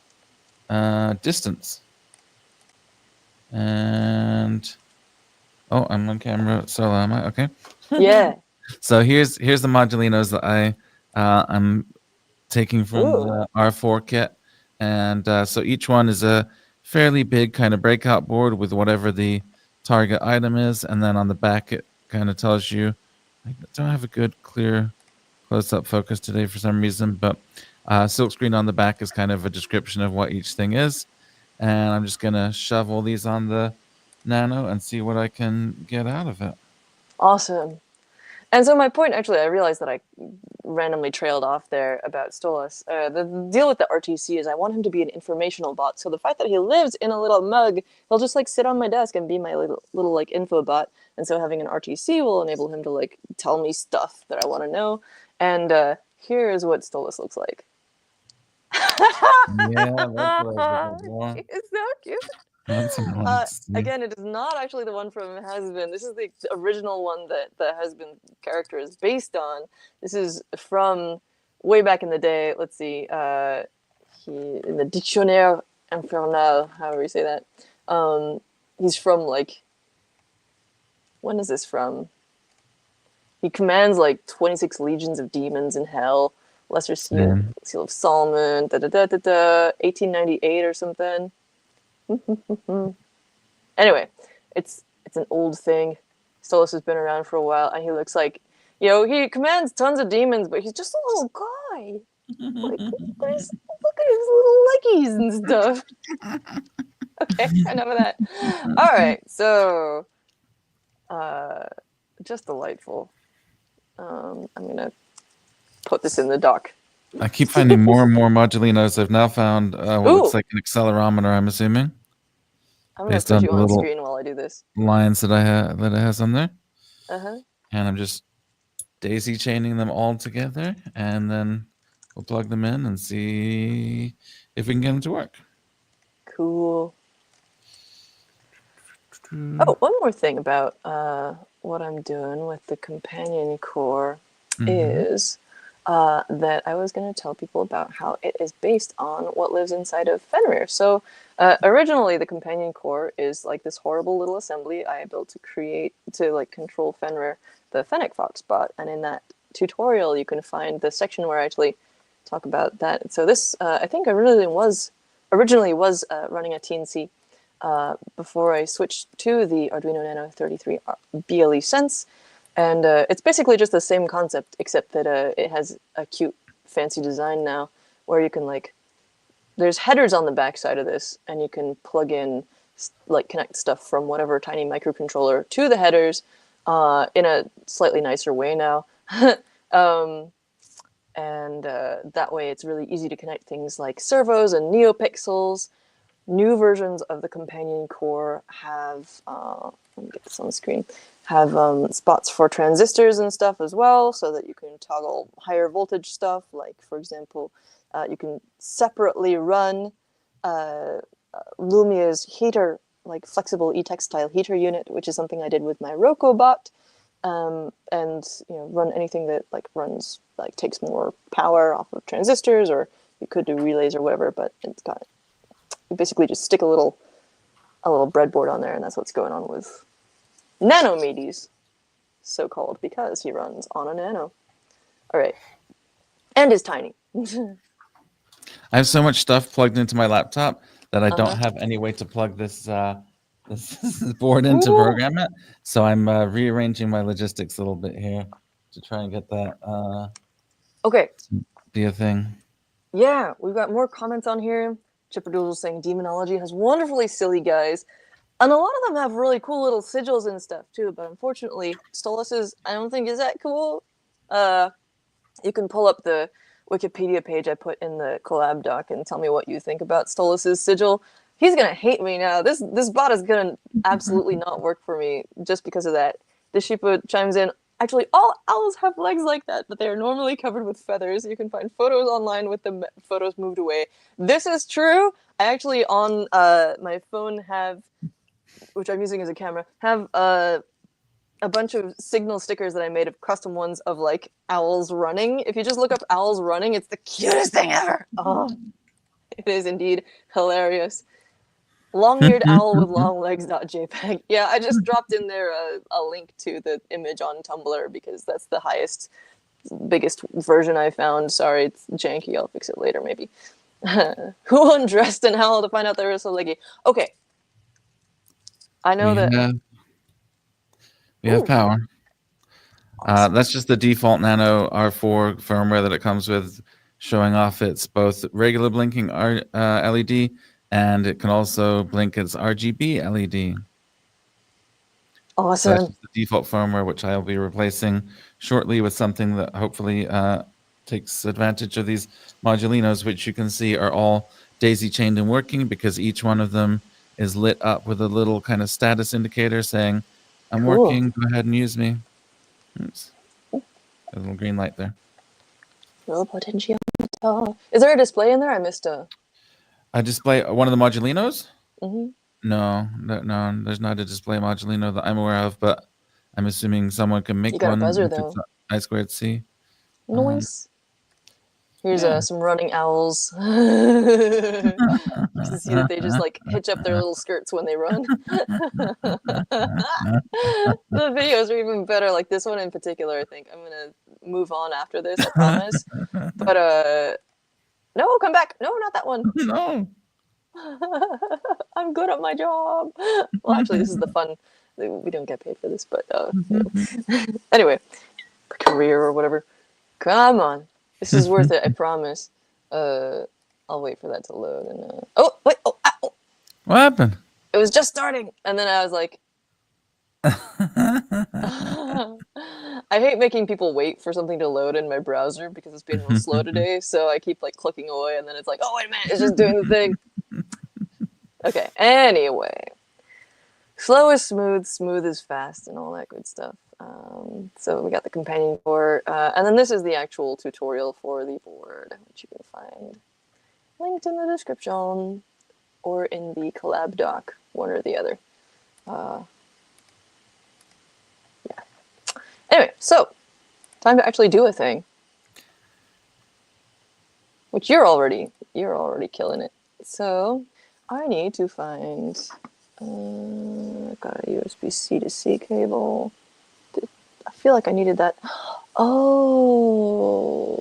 I was going to grab a battery. I can do that in a minute. So I'm just going to show how this guy works first off. And then I might have to... Do you know if we can run MicroPython on these? That would be nice. So this is kind of an interesting thing about the R4 is that I do not believe that it's possible either currently or ever to run MicroPython on it because I don't think it has enough memory to run MicroPython. That makes sense. What, So I will what's, have to really, just remember. what's really weird is the Wi-Fi board is the Renaissance chip here and an ESP32 chip here for Wi-Fi, and you could run MicroPython on the Wi-Fi, but not on the Arduino Uno itself. Gotcha. It might be possible to squish it down and get it on there, but Not on the Minima. yeah, not on any of the RA4 boards, as far as I know, are not going to be capable of MicroPython. Gotcha. Thanks for the insights. I'm trying to find my old tutorial about this guy to see if I can find. It was definitely like an in progress thing, and so I might have my old code that has the proper servos selected and stuff like that, but it might not. We will find out. Where is that draft? Its name is Nanomedes. No. I just look up little Darkimedes, Telepresence Avatar Robot Archimedes 3. I've made so many different versions of this guy. I didn't actually publish this, did I? Or maybe I never started one for it. There we go. Oh man. You can see that back in 2020 I started making a Prince Stolas, but that's about as far as I got. I made some little twisted wire leggies and stuck his little servo horns on top. And it was a microbit with a little, using the little LED display for a mouth or something. It was laser cut leather and it looked like crap. And I kind of like him though. He's just a little blob. Jifferdoodle says 10 out of 10 amazing. Draft. 10 out of 10 amazing. This is what they look like before, the finishing touches and the fancy tutorials and stuff. I'm gonna run off and grab a battery that I meant to grab before the show and BRB. So it's all yours. Sounds good. For a second, David. While you were doing that, I just flashed my first Arduino Nano sketch on this new board. It is the traditional Blinky sketch. And I had a little bit of trouble with the Nano connecting being recognized at first, but now it is. And so I did the Blinky sketch, and you can see the user LED on this board is this one here. My sketch unfortunately wiped out the kind of cooler default blink sketch that it had going on before, where it was also flashing the RGB LED. But that's okay. I just wanted to flash it with something to kind of prove that it was working and flashing, and now I will start to see what I can get working on these attached I2C modulinos. Neat. You got your first sketch flashed. Group of Archimedes should be called the Archimedes Crew. Archimedes Crew. Brilliant. Here's my little Ziploc of random things. The battery. This is a Hackster Impact Summit battery power pack from a couple of years ago. So I just need this to power my little guy, and I also need a micro USB. Yes. That should not be hard to find. However, no, here we go. Oh, and I need a little breakout, actually. No, I can power them each from a separate. Are you going to be using the Arduino IDE for your stuff? I guess, yeah. Is there another option? If, it's not going to run MicroPython. The older Arduino software, it's just, when I was getting ready for this last night, this machine that I'm on is dual boot Windows and Linux, and I do all my development stuff on Linux. And so I tried to open Arduino, and it was not there, and I'm like, what is going on? And it's because I was on my Windows boot because that's what I need to be on for streaming and stuff. But I had to install a fresh Arduino IDE last night, so I don't have any libraries or boards or anything. Oh no! Other than, I mean, I have the one board that I need, so it's fine. But starting from scratch a little bit here. I forgot that he has a buzzer in here. So I'm gonna have to hunt up whatever code I was using. Okay, here we go. He like does a little like moving around. He has a little startup tone that he does. And now that I've plugged in the servos, are you being sad? Did I glue his head back on? I did. Are the wings origami? Yeah. Awesome. I built this guy a few years ago and only brought him to like 1 or 2 events because I didn't like the altitude, especially once you add in the GoPro mount. Like it seems disproportionate, which is why he's perfect to go in the mug. You're going in the mud, my little guy. And I gotta make a crown for him. He's just doing little random things, but I can make him talk. He's even got a buzzer in there already, and you can use like a couple of different libraries for talking stuff. Or I might do a little data sonification thing. Okay, stop now. And like turn information into like audio. But I think I'd rather have him actually talk. Well, speaking of libraries, I'm trying to download the Modulino library, and when I click on the link on the Arduino page, I get a 404. So, oh no, that's interesting. that's not optimal. Here's the wiring, by the way. Here's the old Nano that I'm going to swap out, and I can literally just swap it out because, assuming they're pin equivalent. Yeah, then all the Nanos are the same form factor. Yeah, pin equivalent. Well, yeah, actually, I'm not sure that's true. Now I think about it, like the IoT and the BLE Sense, I feel like have had different pins I've experienced in the past. They're form factor compatible, but maybe not direct pin swap. I'll pull up the pinouts. So on here, we've got a horrible glob of hot glue, which is like his buzzer, little piezo speaker, and then a couple of servos plugged in. And he takes 2 separate cables. There's one just like hardwired for the servos and other header devices. And then there's, you just add in a little micro USB cable that you can use to power the Arduino or to program it. And that way, that's right, I started doing that partly because when you're developing on this thing, you don't always want to have the servos just going. And I was too lazy to put in a switch, which would be a good upgrade for later. I'm going to start by soldering on my headers, actually. So let me get all this crap off my desk. I mean, it's wonderful. Can I suggest that while you're soldering your headers, it might be a good idea to download the board support for the yes, for the Nano, because you probably don't have it because it just came out today. Yeah, that makes sense. Okay, so let me fire up the Arduino IDE. It's not that I'm that smart. It's just that I'm sitting here downloading libraries right now. So I might suggest the same idea to you. I would never impugn your character by saying you were that smart. Sorry. You're not beating the allegations, though, David. You are that smart. Sorry. Here we go. Firing up the Arduino IDE. And I'm going to swap over my other camera so you can see the soldering process. Here's my giant box of headers. Oh, yeah, here's a couple of vibration motors that, who was it? I'm forgetting their name because I suck at names.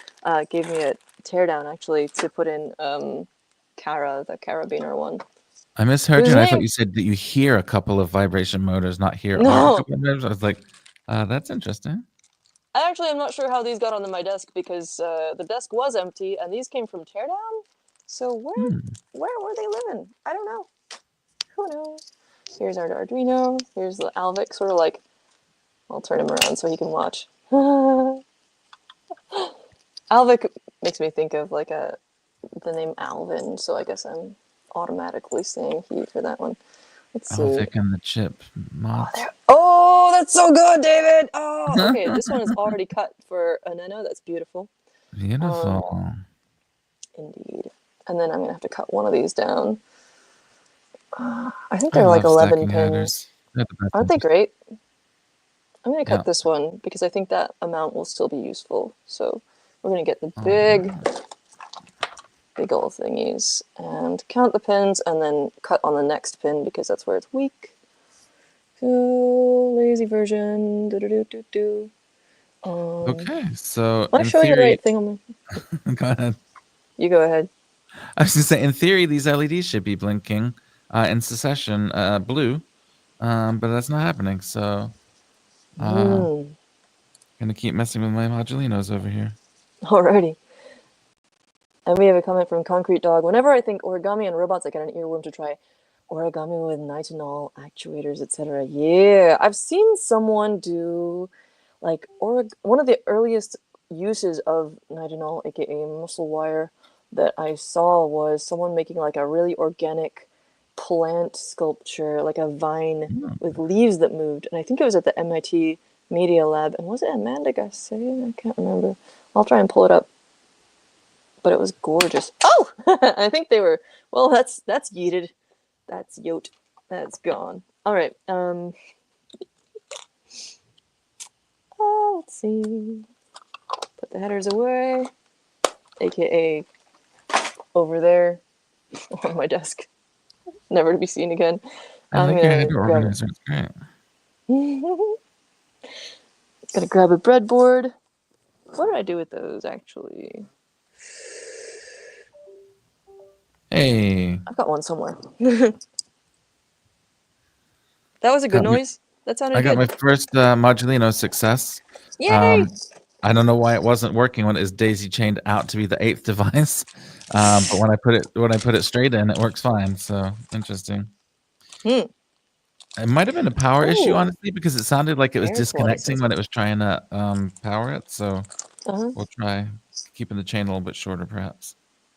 So this, since we can daisy chain the quick modules as well, I just found this old like microbit thing I was playing with that has an air quality sensor tucked into it as well. So this is a like an environmental combo that I'll have to look up. And this is like air quality. Those are both valuable things. But right now I just need to find a breadboard so I can solder my stuff in a nice looking way. But what I was cleaning, and that's always a mistake. Like I have no idea where the stuff is now. Oh no! What did I do with all my breadboards? Is that a You can't. fresh companion core, not the one that got electrified? Oh no, this is the fresh one, but it's an older version. Um, I was just gonna. This is just kind of laying around for illustrative purposes. Mm. But I'm just gonna stick it into the one that's already in the bird. And I forgot that I coordinated the breadboard to the quantum filament on here, so it's like green and blue. All right. Looking for a breadboard. BRB. All right. In the meantime, I'm attempting to animate my Modulino LEDs. The sketch is compiling and will upload shortly. I've been doing a lot of Circuit Python lately and less C, C++ Arduino stuff, and I have to admit it was a little unpleasant having to go back to the loop of having to compile and upload versus kind of experience instant results with the interpreted. Ooh, that was pretty cool though. That was worth it. Okay, I like that. All right, now maybe let's add the potentiometer and see if we can use that to do something fun with that animation. Oh, that's really nice.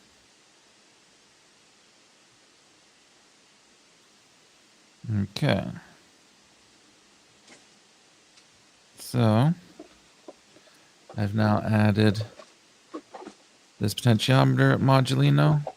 Again, it's all over I squared C, so I don't have to really worry about figuring out GPIO pin numbers and things like that. And let's see what we can get this to do. Okay, I realized that I'm doing this backwards Uh-oh. because it's gonna go into a breadboard, but I need to solder onto the bottom of it. So I'm just going to grab instead my soldering stuff, which I put way off to the side for some reason, and solder it by hand because, yeah, regular headers you can solder on the top of them and it connects, but these ones have more headers on the top, so I can't just like get in there. But the nice thing about it is that it's all flat on the bottom. You can just like make them sit like that. What I'm gonna do is tack solder one pin on each of these sets of headers, and then then test fit it into the breadboard and see how that goes. In fact, maybe I won't do all the servo stuff right now. I'll save that for later. I'll just try and get the Quick thing running because I haven't actually used Quick. Like, I've done a bunch of project setup with Quick stuff, but never actually gotten around to programming it, which is the point of this show. That's right. So I'm going to get this vaguely flat. And then fire up my soldering iron. Are you still using the iFixit? I am. It's awesome. Oh, man. I love it too. It just, given the situation with my desk, which I'm not going to show, but it's exactly as chaotic as one might imagine. It's really nice to be able to like charge it in one area, store it in another, and like pull it out and put it wherever I need. Like, I was fixing Archimedes. I was sitting over there on the floor, like with I had like a 3D printing pen and a bunch of scissors and a bunch of materials and stuff, like this bike inner tube rubber, which I love as a material, and just figured out how to get that working. And just like everything on the floor, and it's just like you can have a thing there, and you don't have to worry about outlets. It's just so good. And the instant heat and the instant cool down is what I love. That's massive as well, because I'm always, I'm sure you have the same thing. Multitasking all the time, all day, every day. And so it's like, it allows me to, switch gears constantly, come back, and like, it's immediately ready to go again. Like, look at that. And then it auto cools down, and I don't even care because it immediately gets back up to heat when I need it. I think it even will technically turn itself off if you drop it. Wow, nice. Isn't there something like that? I would believe it. It's been a while. I think it launched in last October, but the 15th. But I heard about it. I got the spiels and stuff earlier, which means that I've forgotten everything. I made some videos back then, though, which you can find on the Hackster channel. Okay. I'll just rewatch those instead of asking you about it. Well, like I said, there's a lot of, I'm sure you experienced this as well, the information going in and out of the brain, especially if I'm like filming at the same time. Yeah. The attention is divided. Okay, let's see if I can get this out of here without with the Pebble stuff, especially like, obviously I kind of like live and breathe Pebble, but still when we're like in the middle of it, I'm like, I never seen this. Yeah. Let's see. You literally asked me like, oh, what was going on in like the setup thing. I'm like, I don't know, that was 3 minutes ago. Where'd my box of stuff for this go? I've got a little screwdriver in there.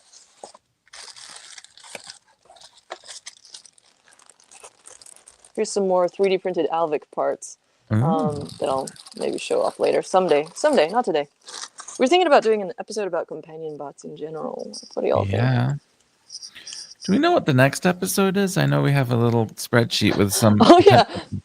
I was going to bring that up like in our post-show thing, but we could definitely talk about it on screen because then we can get people's opinions. Exactly. So part of my mailbag idea was like, by showing off cool stuff, it might get people to say like, hey, I want to learn more about the carputer, or I want to learn more about the spike bit. So that's part of why I want to show that stuff off, just to see if people are interested in hearing more about it. Yeah. Oh, hope I didn't bend those pins. Whoa! Nope, I think it came out all right.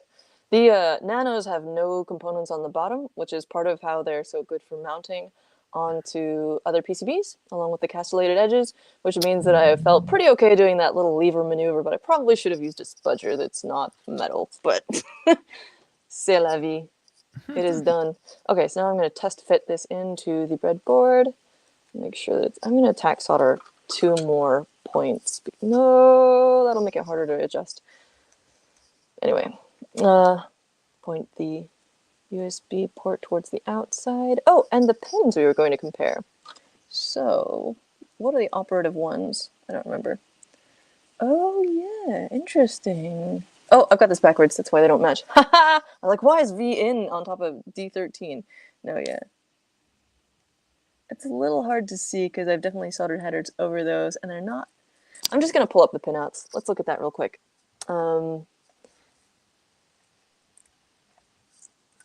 Arduino Nano R4 pinout.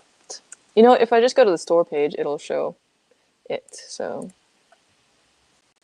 here we go. Here we are. Usually they have the pinout on here somewhere. Datasheet and PDF. Oh, here we go. Nope. Ah, interesting. Is it on here? Is it on another page? Are you looking for the pinout? Yeah. Okay. I was looking. I have the Discover the schematic. board. Oh, you actually dropped over a PDF of something. Yeah, I think I sent you the PDF schematic. We're in Italy again, apparently. Mine did the same thing. I had dollars in one tab and euros in a different tab. Not sure. I'm sure they've got the pinout linked. I just expected to see an image right on this page. Oh, la, la, la, la, la, la. Let's see. Oh, Arduino docs. Nano ESP32 Linux computer project. That looks cool. Okay, here we are. Haha! Beautiful pinout PDF. And do they have just a picture on this page, or do you have to download the PDF? Ooh, docs on the quick thing. That's what I need. Okay, I think I do have to open up the PDF, so I'm just going to do that. And I'm going to pull up the one that you sent me. Probably a press release or something? Or? The PDF that I sent you? Mm-hmm. It's the schematic. Ah, beautiful. So here we go. Full pinout. Oh, there you go. That's what I wanted. Yeah, that's the thing. Okay, and now Nano 33 BLE cents pinout.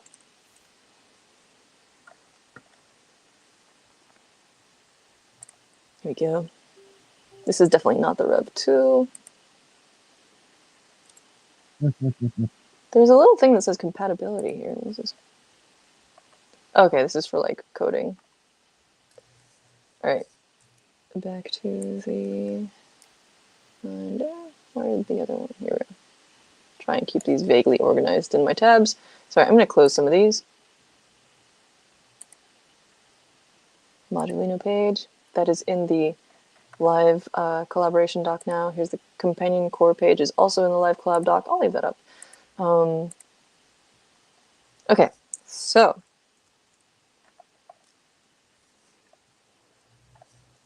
begin. Whoa, that's too big. No, there we are. All right, so this is the Nano, 33 BLE cents, and this is the Nano R4, D13. Blah, blah, blah. Okay, is that D13 or is it some other weird thing? Oh, it is D13. Okay. Oh, it's because I was looking at the bottom. Was I comparing the top of one to the bottom of the other? This looks pretty compatible. If anyone spots something different, yeah, okay. TX and RX, labeled slightly differently, but they do appear to be compatible. Ground and reset, da-da-da. I'm just gonna assume then D2 through 12. Yeah, this looks like it's all the same. 3 out, ARF, da-da-da.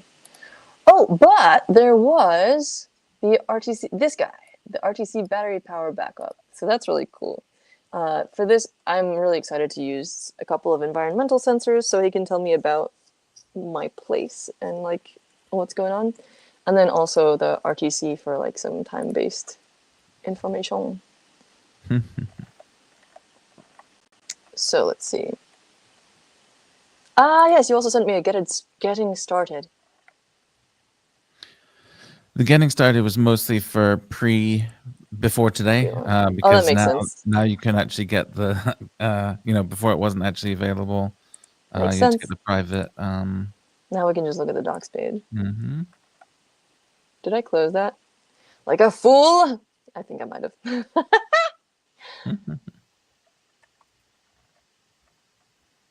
But we've got it from here. Okay, so pinout should be good. I was going to try and fit it into the breadboard here to make sure that my soldering is not going to go awry. I think Actually, these look really straight. You know what? I'm gonna YOLO it. I'm just gonna solder them on. They look straight enough, and we can always make it work. Okay, because I don't have the patience to like cram those into the breadboard and then pull them out, and by that point, like any straightness they had will probably be gone anyway. It will be totally disrupted. Okay, so let's. I'm gonna do a couple more tack solder points before I put it in a clamp. Also, one note about these wings is that they are origami, but you can see some weird stuff I did with nail polish to try and give Ooh. them a little more like to make them match the quantum a bit. This is like a blue-green shimmery nail polish, but I think it just kind of looks messy. I'm going to switch him to gold and black because I think that's going to be much more beautiful. Anyway, let's get on with the soldering. While you were doing that, I've been messing around with the modulinos, and I took my RGB LED, not exactly strip, but collective, and I added a potentiometer to it, and Go. used the potentiometer to vary the speed of the LED animation. Ooh. So I took whatever the reading is of this knob and multiplied it by 10 or something to be the number of milliseconds. So now you can see they're kind of crawling, and then Ooh. should get a little bit faster. But then the knob loops back around, and it only has like 16 positions. So I had to take the absolute value of the knob and just multiply it by 10 for the number of milliseconds. So that's faster, faster, faster. But, you know, it's pretty cool for not having to solder anything, not having to breadboard anything. Oh, yeah. Just took me a couple minutes to do that. I'm going to make sure this is nice and sharp for the soldering part because it's very aesthetically pleasing in my opinion. Yeah, I think that's good.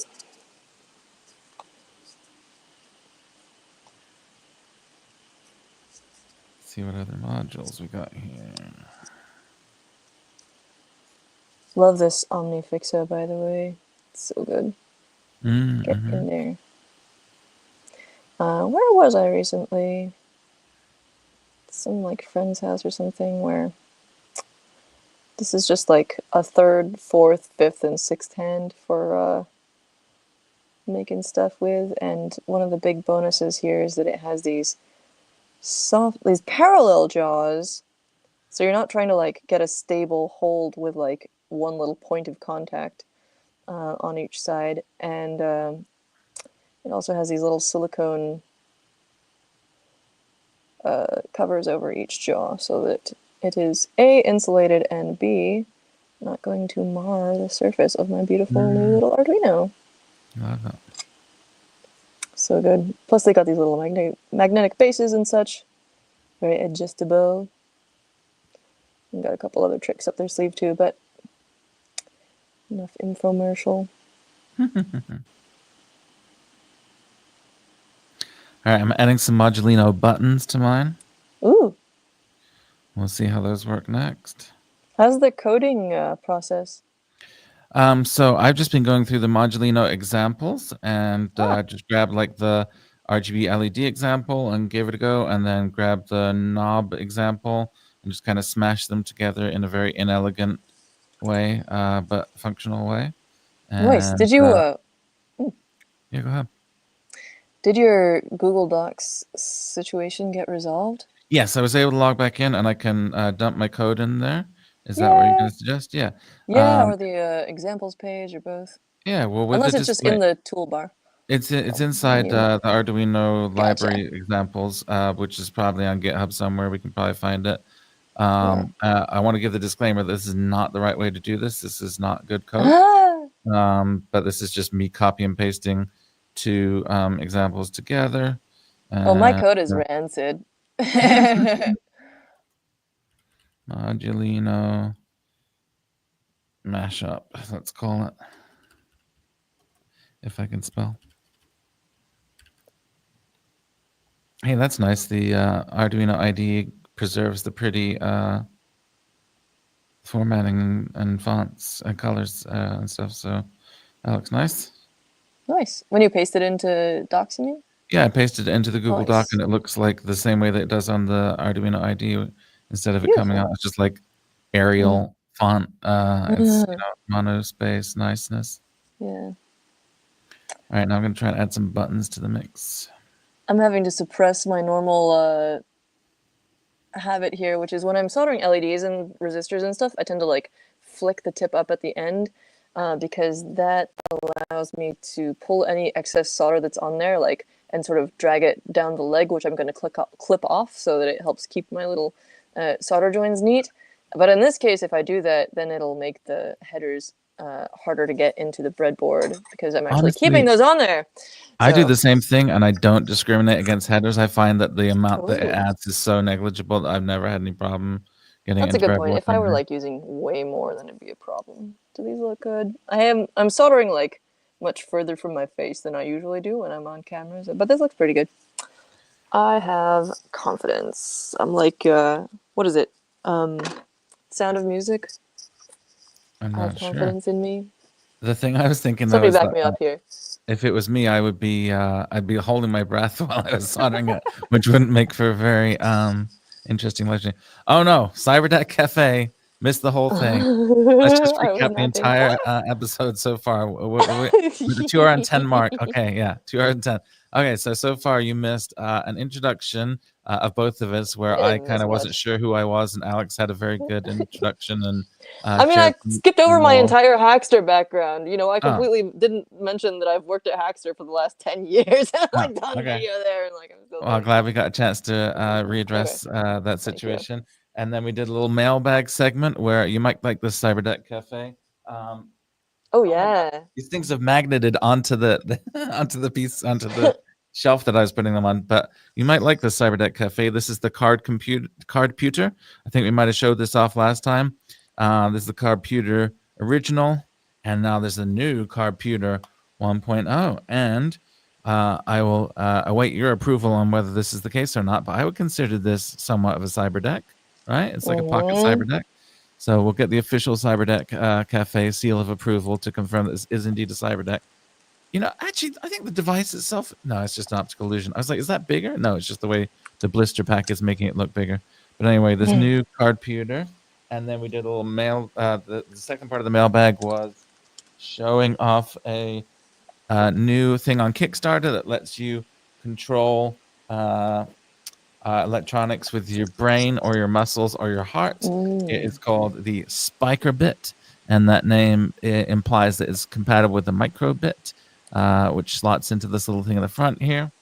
Then we did a bunch of Pebble lore and backstories and Rebel, you know, how Rebel was formed and why and all that.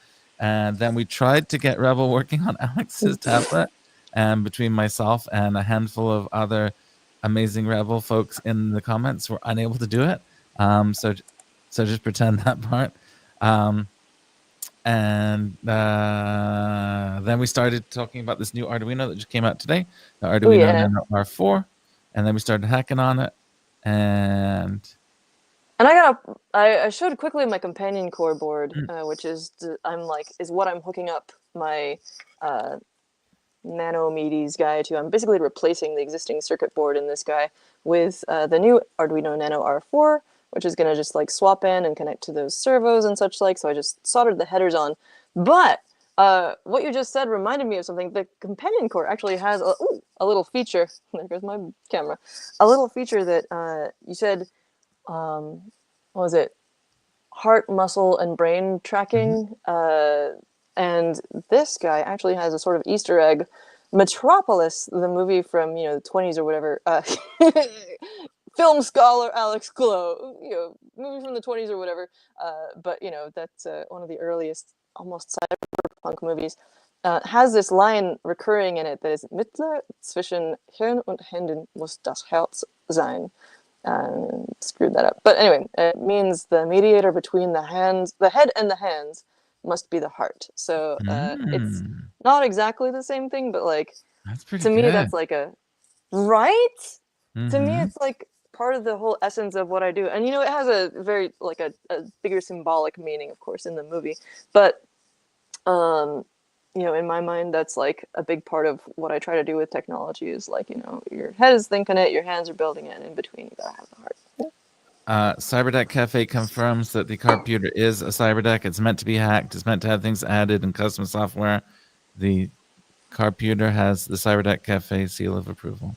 Cool. I've also seen people recently doing LoRa and Meshtastic stuff with this T-Deck from Lilygo. I think someone was mentioning it in a group chat or something, and I'm like, oh yeah, like that would be perfect for Meshtastic stuff. We Very should do cool. a Meshtastic episode. Oh, we absolutely will. Oh yeah, people making connections. Love some origami and bots. There was a scientific paper a few years ago about how to build electronic muscles by wrapping a heating element, nichrome possibly, in a coil of plastic foam like fishing line. That's so interesting. What? So you would heat up the fishing line, maybe? I'll actually show you. This is not something that's contracting, but it is a sort of soft robot situation, and it also uses the core. This is the guts of Rocco, my sad little raccoon bot that's now been taken apart. Don't look too closely, but using Lumia parts, and it's got these little like TPU flexi arm bits. And back in the day, these were like printed flat, and then I would yank on these fishing lines with a servo to make them curl, so it could do like little hand grabby motions, which is essential if you're building a raccoon. Sadly, it's now all like pulled apart and stuff, but that was the concept, you know. Oh wait, does this one still work? Grabby grab? With like little, you know, anyway. Clearly the TPU does not like being flexed for long periods of time, but it's not nitinol, but it is cool. And then we've got like inside of there was this another companion core and a heating element from Lumia, the flexible e-textiles people. Because it's like a therapy bond. It's got this like furry exterior that I put on it. Anyway. Oh, speaking of furry exteriors, remember when I was saying yesterday that I couldn't find my companion core? Uh-huh. So I went on a bit of a quest to find it, and I still couldn't find it, but I found where I thought it was, which is perhaps as exciting, which was this companion bot. A little terrifying, perhaps in its current form. Yes. But this was the Alpenglow Carrie collaboration. That's so cute. I can't remember It's like if an Carrie or amigurumi Carrie's almost. mom that crocheted this, or is it knitting or crocheting? I can't remember. And whichever one looks like knitting. I could be wrong though. It's like, yeah, no, whichever one it is. I'm gonna get in trouble for saying the wrong maybe thing. I'm lying. That is where I thought the companion board might have been, because that's what I was using it on. Was the fluffy bot there, the kitty.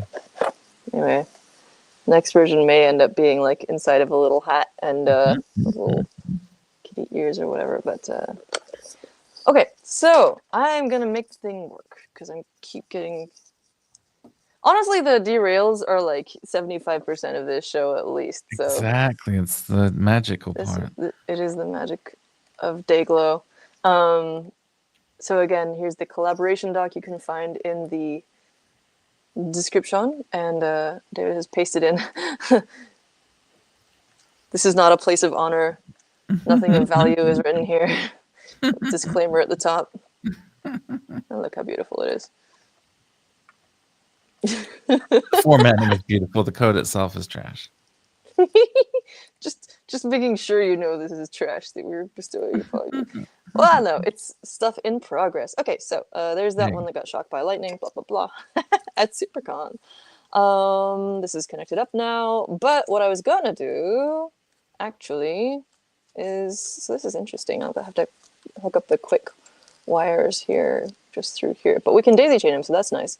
So we've got the environmental combo, which I'm going to have to look up what that actually includes from SparkFun. This is a quick module, QWIIC.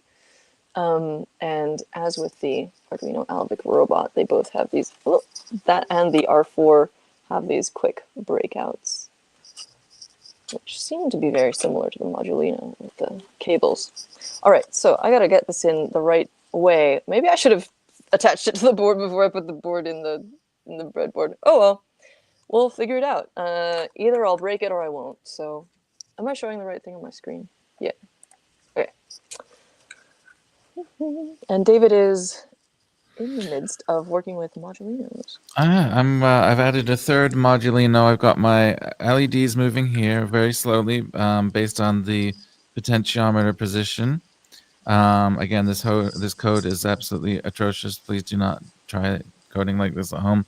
I've just been real time copy and pasting different examples together. This is not the right way to do this. And now I've added these buttons, which are pretty cool because they're not just buttons. They're buttons that are connected via I2C, and each one has a little LED over the top of it. And what Oh, I'm doing right cool. now, yeah, so you can kind of tell what the status of the button is, or that it worked. And that's what I'm trying to observe right now is those buttons doing that. I'm having a very USB coded problem right now where I Uh-oh. feel like I've put it in 2 different ways. Neither way has been correct. So I'm going to try the first way again, and hopefully that solves the problem. Yeah, Chipperdoodle's chipping in with BME 280 and a CS something IARC. Yeah, it says it on here. I was just too lazy to read them. CCS 811 and BME 280. You're right about that. I have a history of misreading stuff off of SparkFun boards that actually spawned a whole other couple of boards. AKA, I read the boot button as a doot button. But I'm gonna check myself and put this in the doc. Is that an S or a 5? I think it's an S. S. This is so cute. So the individual buttons have a little LED above them, so you can kind of observe the state right on the board itself. It makes it really easy to kind of debug and see what's going on. Which is kind of what we were showing with that Maker Uno thing before. Similar. I forgot to initialize them before. The other cool thing about this Modulino system is you kind of don't really have to understand or worry about how anything works. It's very much just like a software thing where you're like, buttons, do button things instead of having to like debounce stuff or anything like that. It's pretty nice. Okay. Aha! Air quality sensors. So maybe I don't need a separate air quality sensor. I'm just pulling up random pages that match these sensors. Cool. So we've got. Is there may be a library corresponding to that SparkFun board from SparkFun? I'm sure there is. But that's for future me to worry about. Hey. First, I gotta do the hard part apparently, which is plugging this thing into the thing. I did make it hard mode for myself by like shoving it way into the crevice here. So wait, this is the Nano L4 board, right? Yeah, I'm just trying to plug in. Have you just like made sure the board itself is working before you even like? Yeah, no. You don't want to plug that in and Why just make would it I do that? Okay, I'll trust your judgment on this one. I love. Oh! I think it's working. Come on. Okay, is it just a Steph connection or does it act? Okay, you plugged in your Modulinos, right? Yeah. Do you remember which way up it went? Like, can you tell which side is ground? Yeah, there's black and red wires. So for me, I just want to make sure that I'm plugging mine in the right way before I force it. So for me, ground is towards the, let's see, the way you've got your board oriented with the USB on the right. So to me, USB is on the left. Ground is, huh? Oh, my USB is on the right. Sorry, let me reorient myself. So with USB on the left, the ground is on the bottom. Okay, thank y'all. I was doing it wrong. Wait, but you're saying you can plug those in either way? No, I'm. It's not really going in, and so I'm gonna have to apply some pressure, and I'm just making sure that I'm applying pressure when it's oriented correctly. Apply pressure with the ground towards the bottom of the board as it currently oriented. Just confirming, like this. Yeah. I don't know if you saw this, but Chippy said the SparkFun information was based on memory of building those boards. Yeah. I did see that. I think I pulled it up on the screen for a hot second, but only just a second. Okay. Getting ready. The thing is, they have a little, the little protrusion that's supposed to keep you from putting it in the wrong way. But nonetheless, I'm getting some resistance. Oh, hey! Okay, so much better now. Great, awesome. Yay! I think it was just the angle. So, if this has both, but does this have a different air quality sensor? This is an SGP30, so it might have more like different types of VOCs or something. I'm gonna pull that up too. Because I might want to attach both, but I'm just gonna get it working with one first. Always the challenge. Okay, make myself just like slow down for a dang second. Okay, so now I need C to C. And that means I need to unplug the telephone that's working as a camera, which is fine because I don't need it anymore. Okay. I think this is a USB cable that came with a pine sill. Oh yeah, it's got a little pine cone on it, but it's a really nice, like, soft silicone rubber Yeah, flexi. nice. And it's red, so I can always remember, like, oh, that's definitely the USB-C one. Ooh! Nice. Got some LEDs. Gorgeous. What's the little flashing orange guy? I bet that's a default blink Yeah, sketch or that's the something. user LED is the flashing orange guy, and then there's also that Yeah, RGB LED on there. gotcha. Classic startup situation for an Arduino. So now, I actually pulled up the Arduino IDE, but forgot to Install the start board support. installing the, yeah. So I'm gonna do that now. Okay. Board is not the @tiny. I'm gonna go up to the board's manager and just narrate because I don't want to swap my camera around. Actually, maybe I can. No, it won't show the menu stuff. I either have to show you everything on my screen, which is going to be horrifying for all involved, or just narrate what I'm doing in the menus here. So, hello, I wanted to open the board manager. Oh, that's right, it's a sidebar now. Yeah. You It's can been still this get to way it for from. years. I know For you can still get years. to it from the same navigation that your brain is wanting, but it's also conveniently in that sidebar. It'll just dump Yeah, you to the same place as if you clicked it one time instead of like 7 times to get that's over there. true. So Arduino R4 pulls up the entire Uno R4 boards package. I've got 1.22 installed, 1.2.2 installed from when I was doing little animations on the Uno R4 Wi-Fi LED matrix, which is very cute. Someday I'll put the. So, Ooh, what's up? yeah. So the version I have installed is 1.3.91, but I think that's because that's from the beta program. That makes sense. Um, And last night I tried installing 1.4.1 and it stopped working because that version, Ooh. even though the number is higher, it doesn't actually have the other stuff in it. But it looks like Huh. today 1.5.0 came out. And so if Yeah. you get 1.5.0, that should be what you need. So I did indeed. And under the tools menu, under board, it is listed under Arduino Uno R4 boards, but it does in fact include the Nano R4 if you click through to the menu. Oh, and it Interesting thing. says on the description now too, Arduino Nano R4. So that's how you know it's good. Okay, awesome. Yeah. Yeah. Awesome. Ah, yes. And just looking at this SGP30 sensor that's on the quick air quality dedicated module, it does indeed appear to have more stuff. So you got VOCs, CO2 concentration. Adafruit seems to have a lot of good documentation for their stuff on there. But you mentioned SparkFun, quick library, SGP30. I'll just put that on there.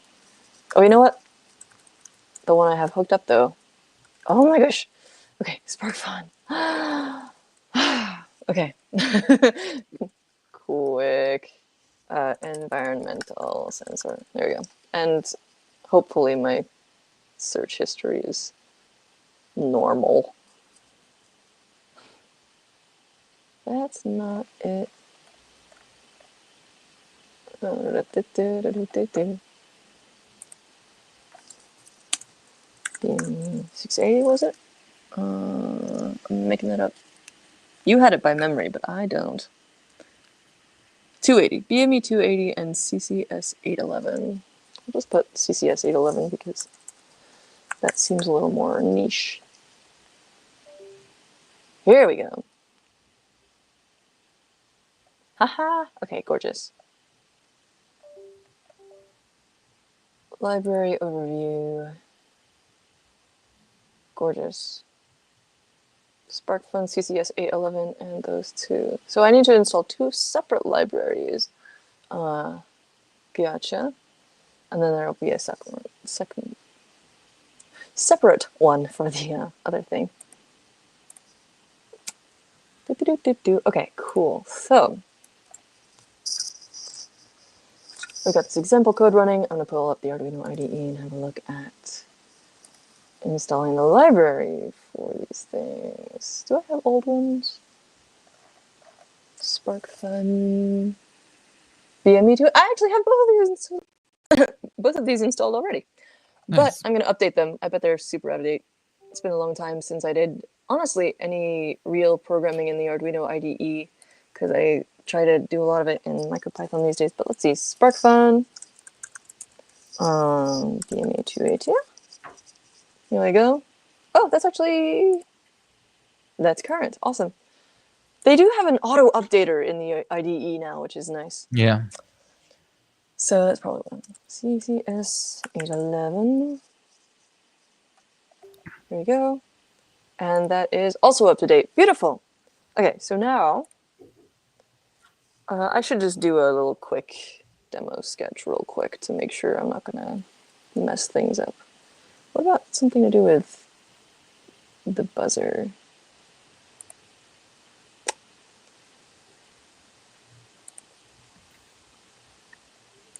Surely there's a quick and easy. Oh, I have a center servos sketch. Maybe I can just center the servos and see if I put the head on crooked. His head is always falling off, and so I actually intentionally took it off so that I could replace the buzzer with a speaker module, and then wanted to use it in an event, so I stuck the head back on. But I'm not sure that I actually aligned it properly, so we'll find out when we run the center servos sketch. All right, so what pins are we on? Oh, this also has pitches. I think this is just adapted from the actual code I was running on this thing.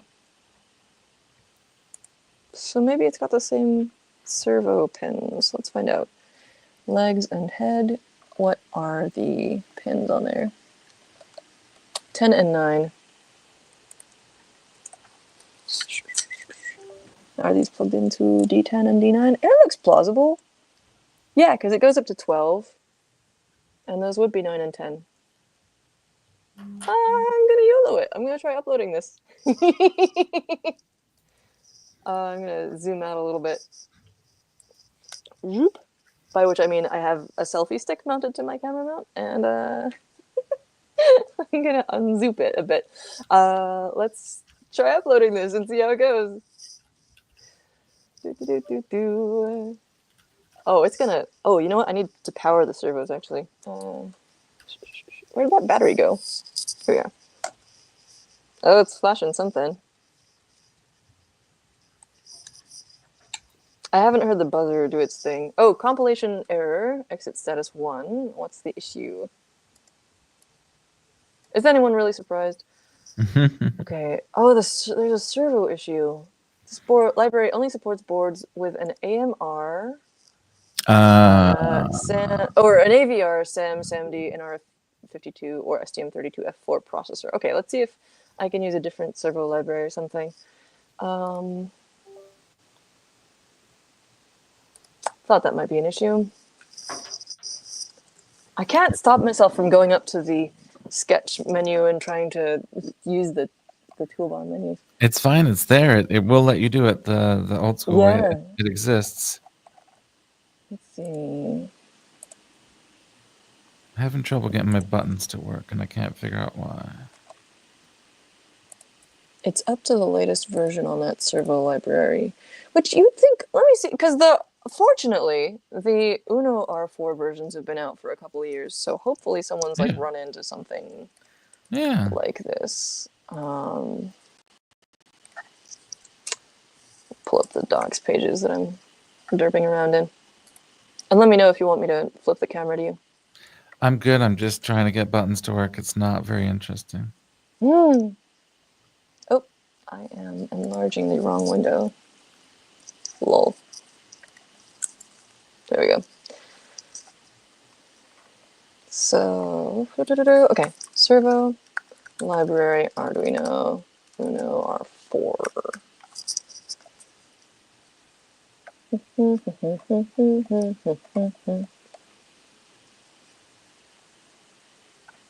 I put. They did have like an official docs page for this, I think, but like, I'm just gonna click on the first thing I see, like a very basic microcontroller. Tell me about the library. I'm not gonna view your PDFs. They're literally just using the servo library. Huh. Is it a particular one though? Huh. That wasn't very useful. Let's see. Oh, there's a different servo library, but do I want to reconfigure everything? Sure, why not?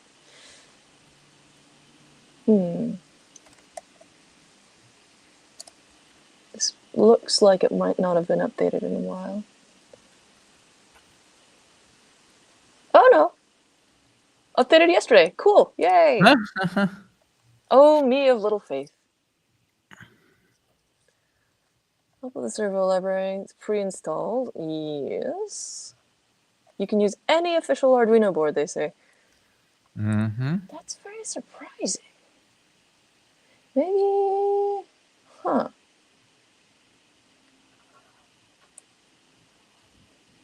If it's just a warning, though, can I override that? It's just a warning? Well, it says, warnings, library servo claims to run on AVR, Mega AVR, SAM, SAMD, and AR52, etc. And like, oh, all these. And may be incompatible with your current board, which runs on Renaissance_Uno architecture, parenthesis S, close parenthesis. And why are you being a jerk at me? I've definitely experienced this with, for example, the Arduino Nano Matter board. I wasn't able to get servos to work with it for the same reason that it wasn't compatible with that chip architecture. But as you know, it's Arduino, so you'd expect it to work, and you'd expect it to work today now that the board is available. I just reinstalled it, and hopefully that'll work. Have you blinked an LED yet? No, but I'm do we just have saying, to? what if we tried that real quick, just to see if... I'm running it again. Full send. This is gonna jerk out of my hands. Or actually, the power is not on, so... Ideally, it will jerk out of my hand. Or maybe it'll do nothing. Wait, the command Arduino verify sketch cannot be executed? There are no active handlers available for the command? What does that even mean? See, if I had just tried to blink an LED, would I have gotten all these exciting error messages? Like, I've never seen that error before at all. You might have got them, and that would have been kind of insightful. But, I'll try a blink sketch. Fine. And then I'm going to try a servo example. This is like a literal, like... Oh, that's a good idea, example. Yeah, that's a good idea. But I want my robot.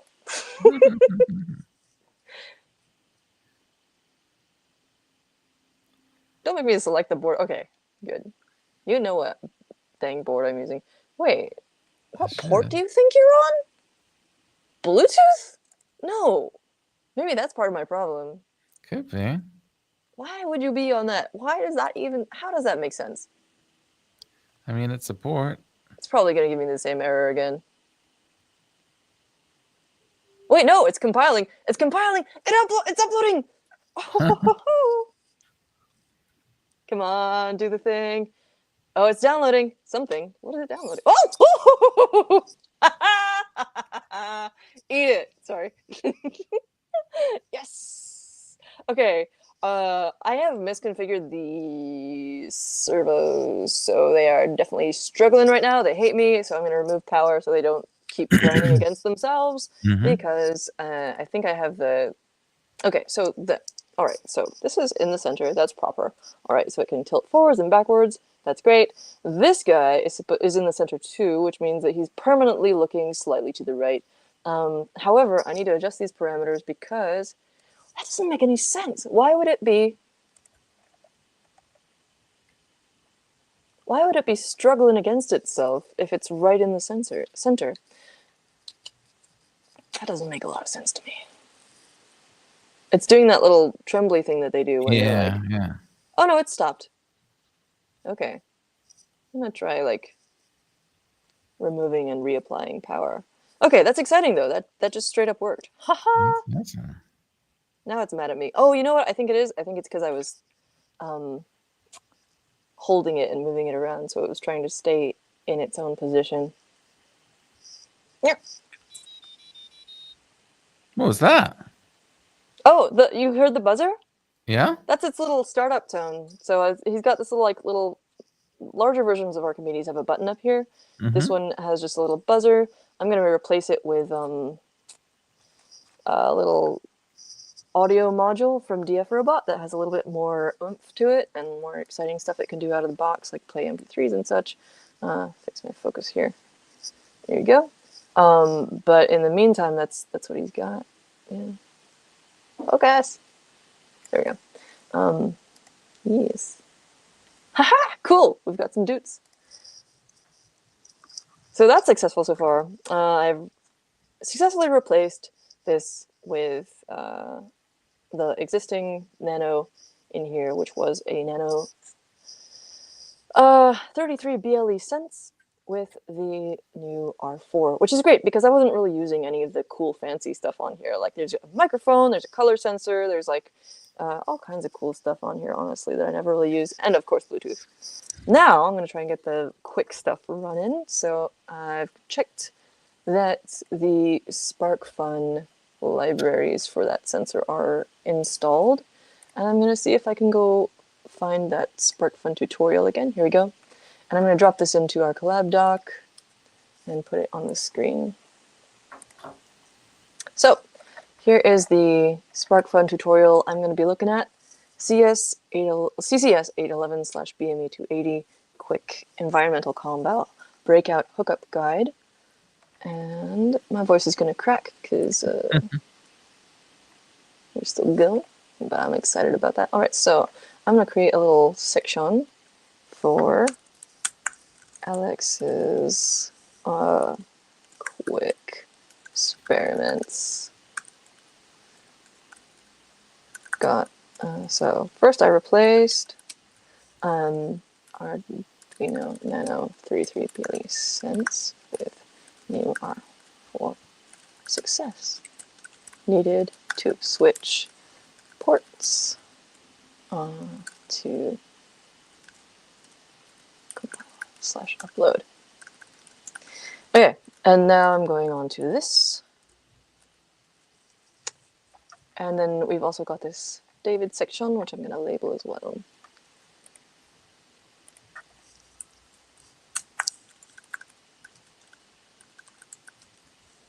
What do I want to call this? Trials, tribulations, experiments, explorations. I like all those. Just that. Close enough. Perfect. Okay, cool. Okay, so back to the documentation. And let me know again if you want to show something on the screen. No, I'm just struggling over here trying to get a button to work. It's always like, easier getting complex stuff to work. Yeah, I got the That's LEDs. not true. Sometimes it's easier. What? I got the LEDs and potentiometer working in like 2 minutes, and I was about like half an hour trying to get a button to work, and it's still not working, and I don't understand why. That is how it goes. I like this show and how we have we can just keep going because we can spend like 40 minutes debugging something like this, and people get to experience the joy and pain and just see how even though we've each been doing this for over 10 years, I'm sure, it's still, we still run into stuff like that where it's like, I can't get that button to work. Yeah. I'm getting a random, error that I've never seen before in the Arduino IDE. Okay, let's see. If the concepts of pressure are weighing on you, check out these links. An altitude calculator and stuff. This is cute. power and features. Together, the sensors can consume 13 milliamps of current. We need to get Joey Castillo in here to tell us about how to knock that further down. Communication via I2C. Utilizes the handy quick system. I'm so excited! I've never gotten a quick thing working before because I've just never had the bandwidth. This is so cool. I know I said that earlier, but I'm going to say it again. I mean, I have said it again. I will probably say it again later. Okay, you can change the I2C address using jumpers on the back of the board if you're using another device with the same I2C address, which I think is if you're daisy chaining them, but I could be lying. Or if you have two of them.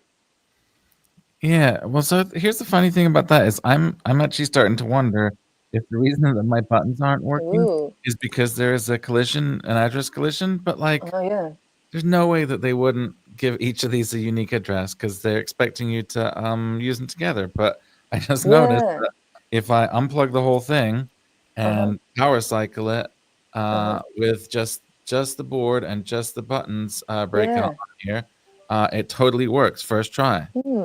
Okay, so it's not me, it's not my code. Like I don't, that is all doing exactly what it's supposed to. Now, if I power cycle it again and then re-add the other modulinos, I'm not changing the code. I'm not changing anything at all. Surely it should be modulini. I've added the other modulini, and yeah, so that still works. And so hang on, that is working. That's not supposed to work. That was well, yeah, not but working. then the downstream ones, do they still work? I removed the code from the downstream ones right now because I was trying to debug it, but I did that a couple times. That exact same process. That would help establish if it's like the order, like one of them is eating up the address and then something. All right, go ahead. An expert on I2C. But... No, I'm going to re-add them back in order and see what happens because it was not working. So I'm going to start with... I'm going to assume I don't really need to know about these like things because I'm going to assume that the library kind of handles a lot of that. But actually right now... I think it will. So it uses two separate libraries, which means they're probably just going to have a thing of example code in here. I can't just... Okay, I've got these libraries. Great. They've got tutorials on how to install them, which is very nice. Before we get started on a sketch, let's take a look at the libraries used. I'm going to stop reading this out loud because you are doing your own thing. I think it's interesting to hear it read out loud. Oh, okay. It doesn't like jam your brain? Oh, no, not at all. I'm completely doing my own thing. Mad skills! Oh, I'm jealous. I can't like listen to something else and like, okay, maybe. But I can't troubleshoot and listen to someone else like reading. Yeah, I can't have the TV on or something, and I can have music with lyrics or instrumental music, but not conversation from a television. But this is fine. Cool. Awesome. Construct your sensor object without arguments. So you're just telling it that it exists. I believe we just got a comment. I believe that 40-ounce monkey is about 2 hours ago when we were talking about the Pebble Rocks Boulder hackathon. I believe that that is Brian, who I mentioned. Do I still have that was tab my open? fellow hacker. Okay, interesting. So now, if I can get the camera back for a second. Oh yeah, and just that project we were talking about, we pulled it up earlier. You can find it in the doc. Okay, camera to David. Ooh, I see shinies. Well, yeah, so I've restored, everything is the same, all the code is the same, and the only difference is the order of the devices. So the buttons are first, but the buttons are not working. However, the RGB LEDs are working. Wait, it does look like the buttons are working. Wait, they're just really slow. Oh, I know why. They're totally working, but you know what it is? It takes them an entire RGB animation cycle before they are red again. That's what it is. Yeah. Because like I said don't write code like this because this is not the right way to do this. And this is why, is because you have to wait for an entire however many milliseconds times the number of the potentiometer setting to go all the way through, and then it will finally read the button. That's at least they're latching, so it's not gonna like. Yeah. Require you to push it in that tiny little. Yeah, it does few seem milliseconds. yeah, it is. So awesome. Okay, so it is working. That's It's great. just my code is so horrific that it Everyone, look gives at David's horrible code. Yeah. No, don't look at that code. Go away tabs or sidebar. There we go.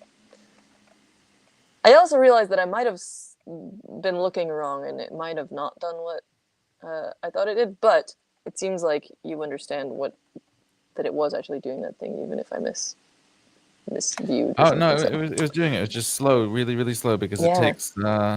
And yeah, it did seem to be latching the button because it would update it after the entire RGB Sweet. sequence.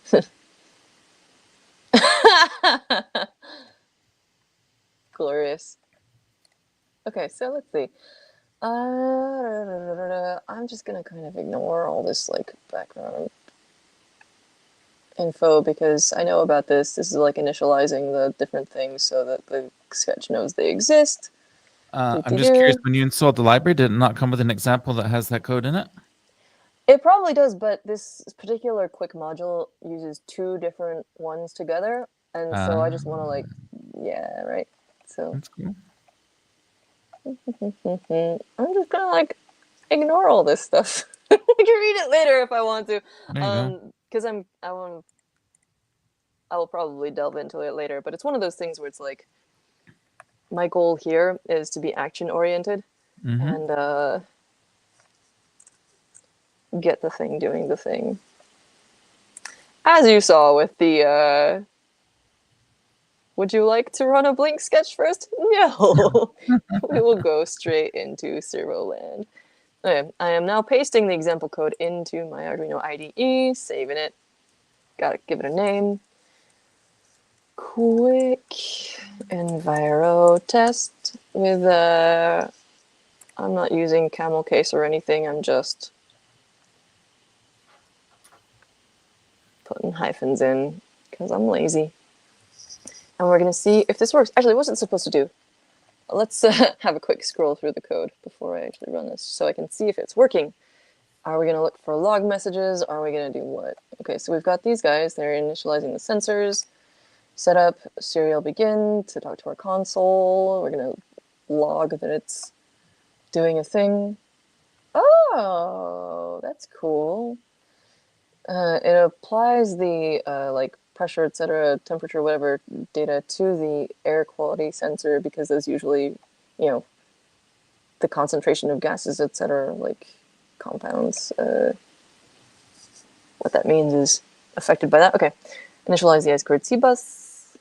If there's a problem, then you print that there's a problem.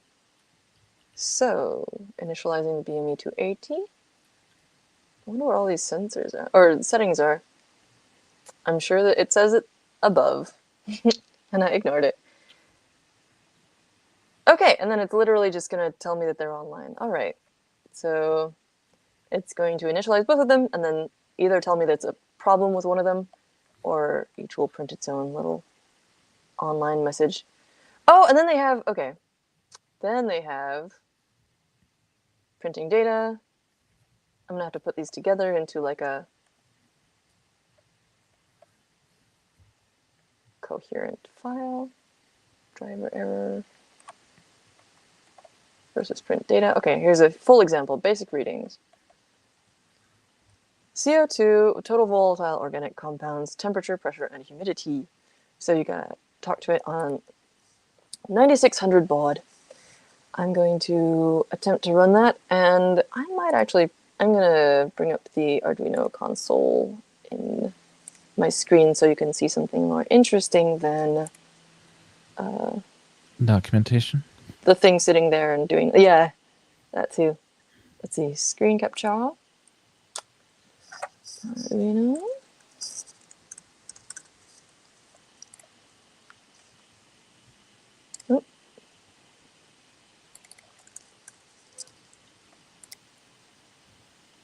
Whoa.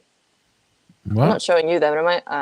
No, good. Nothing is showing except for the SparkFun documentation right now.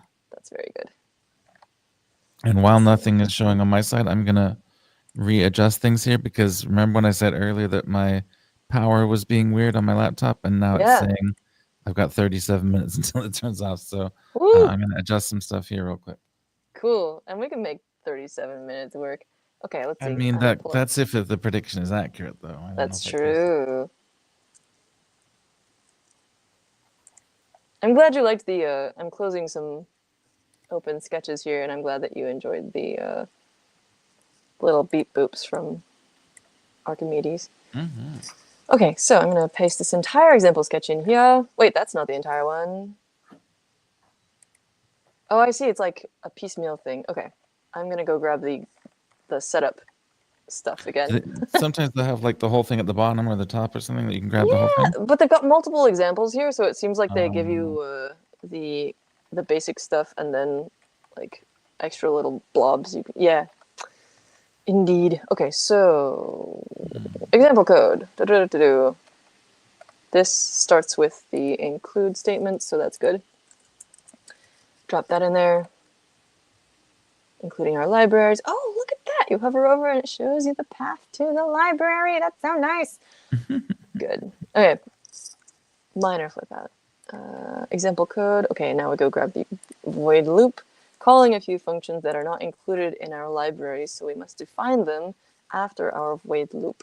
Don't worry about defining prototypes. The Arduino IDE does this for us. Cool. Where is the void loop? Setup. Da-da-da. Print data. Print driver error. So these are like our extra functions. mm-hmm. Okay, so I gotta just paste the void loop in the middle, or the main loop, basically. Mm-hmm. Cool.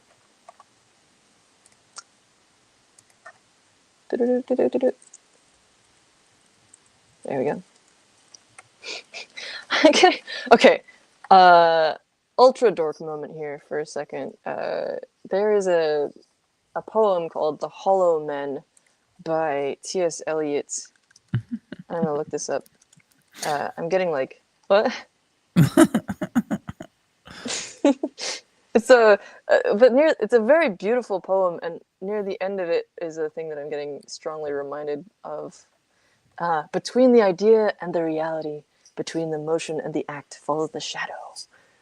For thine is the kingdom. Between the conception and the creation, between the motion and the response, falls the shadow, etc. And this actually, earlier on, I was going on about Metropolis and the mediator between the head and the hands must be the heart, Mm-hmm. and now we've got another little literary artsy fartsy reference. But I don't know.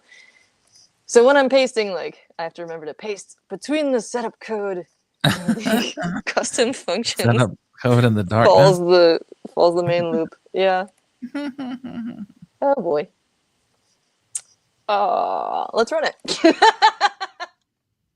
And I'm gonna pull up the console. Where's the serial plotter, serial monitor? Here we go. Not Bluetooth. Why are you doing this? Man, it really likes Bluetooth. It really wants to be Bluetooth. There we go. That's what was causing like that weird error before. Oh, really? So one of them, I'll put them. Oh, that's not fun. Print driver. Oh yeah, there's something in the docs about driver errors. So here's the Hollow Men. Good stuff. Go check it out. um,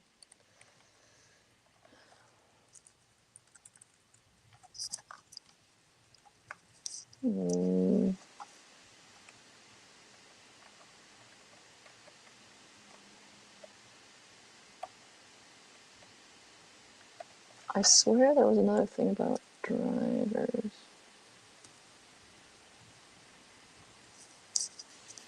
But this actually says that it's a compilation error. It's not even one of those.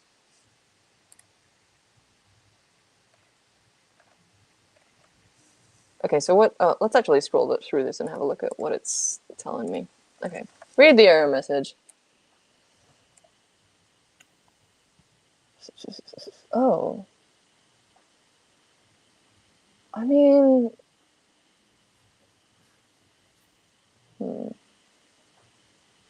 That's weird. Maybe this has to do with, pending compatibility with the new chip. It could But do. no, this looks like a library. What? Scroll up to the very first error real quick. Maybe I pasted it wrong. I'll actually have a look at the structure, like, consciously. Yeah. Putting this in the dock.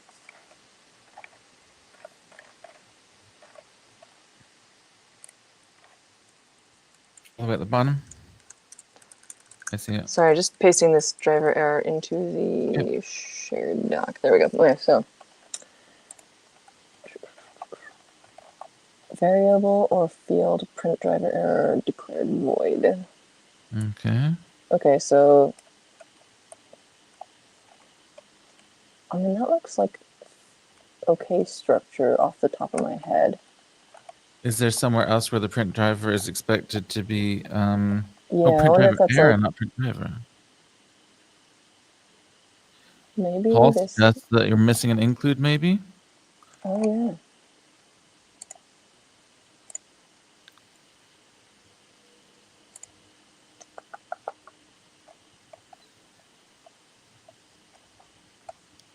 So I think the CCS 8111 address comes from SparkFun CCS 8811. But I think it was saying that the signature of that function was wrong. Is there when print driver error gets used, is it returning something in the code? It's posting to the console, but where the heck is it? Here you go. Yeah. So what calls print driver error though? Oh, good question. Okay. I think that's up here where it's like verifying them before it runs. Here we are. Yeah. Print driver error. Okay. I just wonder why it was complaining about the signature being void, like if it was expecting it to return something. But it's not. So anyway, we could comment out print driver error. I know, right? Like what if except for it's not going to help us because obviously the reason that thing is happening is because there is a problem with the CCS 811. Is it a problem with the CCS 811? Like no, I mean, so go back to the code. Mm-hmm. The only reason that print driver error is being called is because by definition there must be a problem with the CCS 811 core. Not necessarily though, because this is a compilation error. It's not even uploading yet. It's not like running the code. It's just trying to like. It's just saying your excellent point. Your stuff doesn't make sense. No, you're right. Yeah. So maybe if we do like just comment as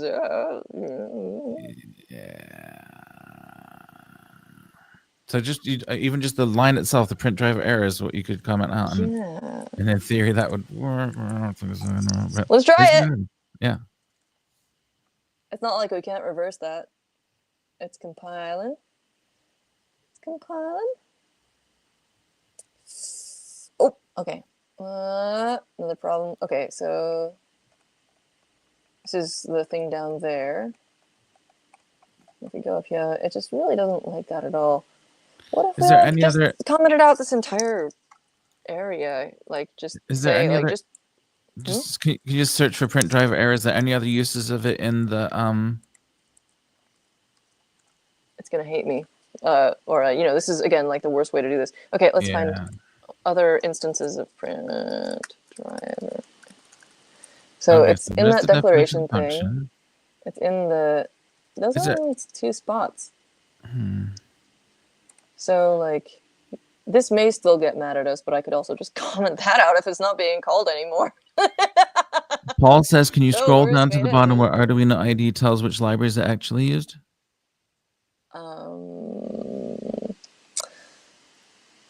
This kind of error is usually a missing include or there were duplicate copies of the library and the ID used the wrong one. Ooh. Oh, that is an issue. I've always gotten lots of complaints about, like, when I installed Adafruit Arduino libraries, and then it would be like, it's in multiple places, and I think it's just because I have poor library management. Yeah. So at the very top, what is the name of the like .h file or whatever at the top? Like, I'm just curious if it's specifically SparkFun, right? Okay, yeah. It is. So it's SparkFun. Include, so it's not like it could be grabbing the Adafruit CCS 811. I'm gonna check the comments. Oh yeah, that's Paul saying that. Usually, oh no, status is. Oh, okay, gotcha. Still have this, but there's less of it. Now it's like status is not a member of. Yeah. It just seems Can like I this just, code. Go ahead. Can I just? I'm gonna do something even worse. That's gonna be so bad. I'm Well, just now gonna take this. I think that's required to initialize the hardware, though. I I know, don't but think what if I anything just can. do this and don't ask for the status? What if I just do that? Okay. What if I just be a horrible guy? Sure, yeah. Let's see what happens. Sad thing. I feel like there's a mismatch between the code and the library, though. Yeah, but I'm not gonna. That's something that I could dive into on another day. Yeah, but I don't know if like that the library updated since that example, Yeah, maybe, right? or. That's what I was thinking. Like, maybe. I don't know. So one last 'Cause thing who to knows when try, it's gonna- Yeah. maybe, is from the examples menu for this library. Let's just grab Right. anything. Good point. Oh, sorry. Yeah, but what's it doing? Nothing. Yeah, but maybe it won't actually like pull the data. We'll find out in a second, I guess. Okay. I mean, We'll what see is if it left actually in the logs sketch? anything. What does the sketch do right now? What isn't commented out? Like what? Yeah. Whoa! Hey, we're getting something. Well, 255. I think we know Max. what That is that the is. max of something or other. Yeah. Okay, I am listening though. Which okay, so problem with the BME Real 280, quick, which is though, not even the one that was yelling at me. Paul just dropped some awesome insight here. To get the list of libraries and used and ignored, so use file prefs to turn on verbose output. Oh, nice. Gonna do that. I want that anyway. Yeah, it's great. I've had to use this before. Oh hey, pulled it up in the same window. I'm too lazy to find the thing, so I always just hit like command comma, which pulls up the preferences. But this is here we go. Yeah, and upload. Yeah. All the verbose stuff all the time. So what are we actually supposedly hearing from here? It's not printing any like identifiers for what this is. Yeah, I mean it's not initializing it successfully, so. Yeah, it's printing numbers, but number doesn't mean anything. Let's see. Wait, here maybe. Oh, maybe this is an error issue. Print data. Okay. Huh, interesting. So this is still your code, right? This isn't the example? This is just like the example with a bunch of stuff commented out. I think you're onto something. Didn't you say that I should like pick one of the libraries and run? I would just go to the library, just choose a very simple yeah. example from the library and see if we can get that working. That makes a lot of sense. I'm gonna delete all my comments out of here first, just so I remember that I did a bunch of horrible things and. Yeah.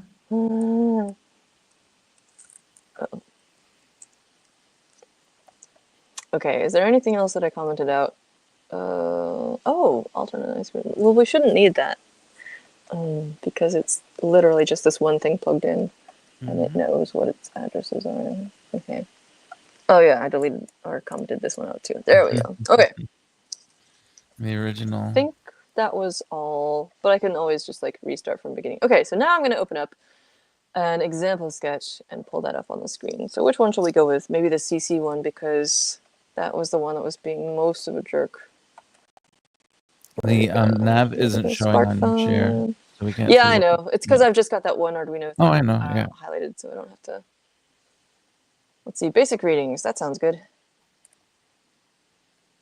And I'm gonna swap my little window over.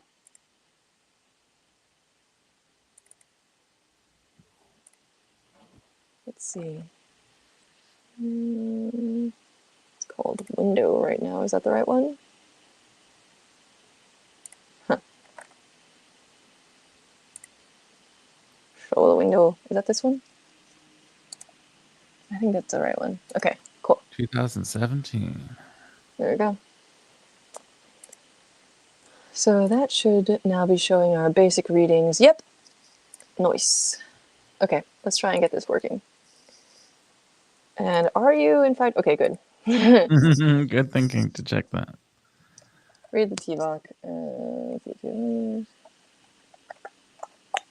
We'll see if this Works. Is there anything I should be aware of? Seems fine.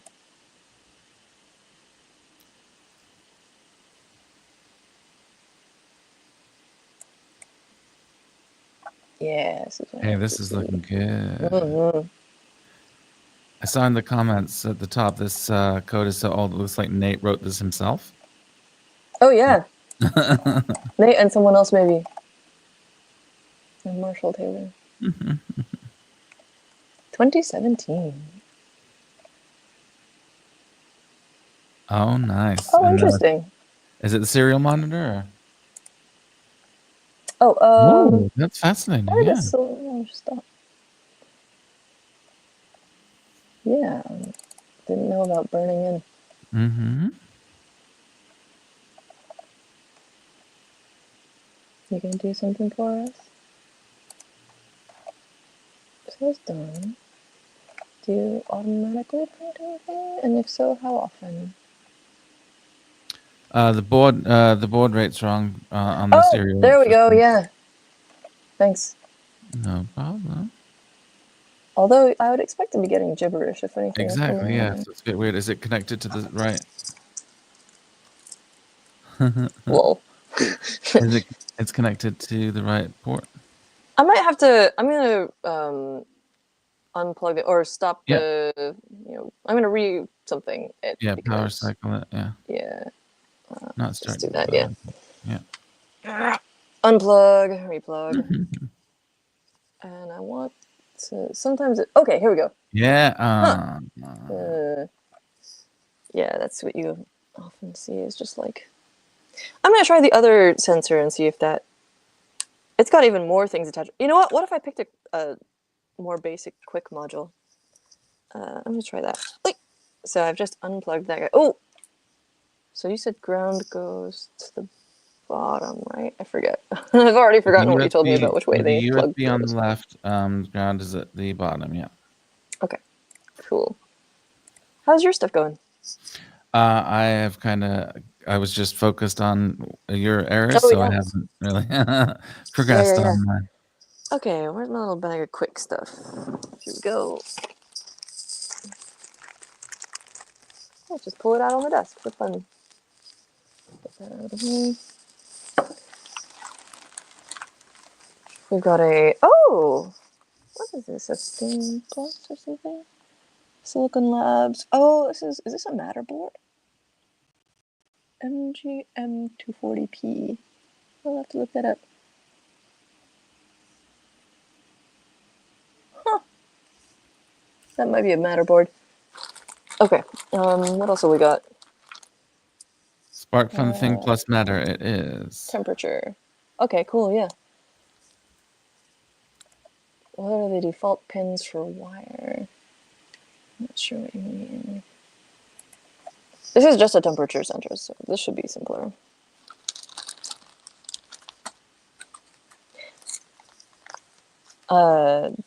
Kevin, aka Architects Flux, aka creator of the Jumperless breadboard, asks, "What are the default pins for wire?" Is that like a specific library or something? I mean, the default pins for wire. Do you see this in the comments? I do. I'm not sure what capital W wire is referring to. Like one wire, Yeah, or what is like that? Arduino used to be called, is based on a thing called wiring. Yeah. But I don't think that would be particularly relevant right now. I forgot that his head angles down. That's why he looked so depresso. I can tighten that nut so that it. Yeah, the I2C wire library. Yeah. Okay, yeah. Do not know, but I'm gonna give this a try real quick. And if you feel like chiming in some more, I would be happy to hear it. I don't need to do that right now. Okay, so we've got confirmation of power transmission, which is sort of bare metal requirements. Nice. Yeah, I mean the library should abstract the need to know what any of the pins are. Yeah, because they've got the built-in ports and such. Let's see. just moving things around a little bit. Okay, so I'm gonna try installing the library for this, and actually use the sidebar this time. Spark fun. Whoops. What's the temperature thing? TMP 117. Here we go. This opened a. Okay, communicates with the TMP 117 over I2C to quickly integrate a temperature sensor into your project. Splendid. And on the GitHub page, they have a big picture of the exact module I'm using. So I'm just going to pull that up on the screen real quick. If my browser will allow me. 1 second. Here we go. So, here we go. Creak. Oh, you know what I should have done? I should have made sure that it was plugged into the right side of the module, because there's an in and an out. I think it was. Oh. You know, because you can daisy chain them. Oh, yeah. Is that true? Am I wrong? Maybe there isn't an in and out, but I think there is. I'm not sure. Let's find out. Is there... Quick. I wasn't looking at the picture. Is there something on the silk screen that says anything like that? I don't think so. I mean, this side says power, and I always sort of assume that they go left to right, but that's maybe my, Western centrism speaking or whatever. Whatever you call it. They have a hookup guide for some of this stuff, which I probably could have looked at. Okay, so here. Yep. Looks like it goes, well. Yeah, in the left side, at the right side. Is it consistent? I think so.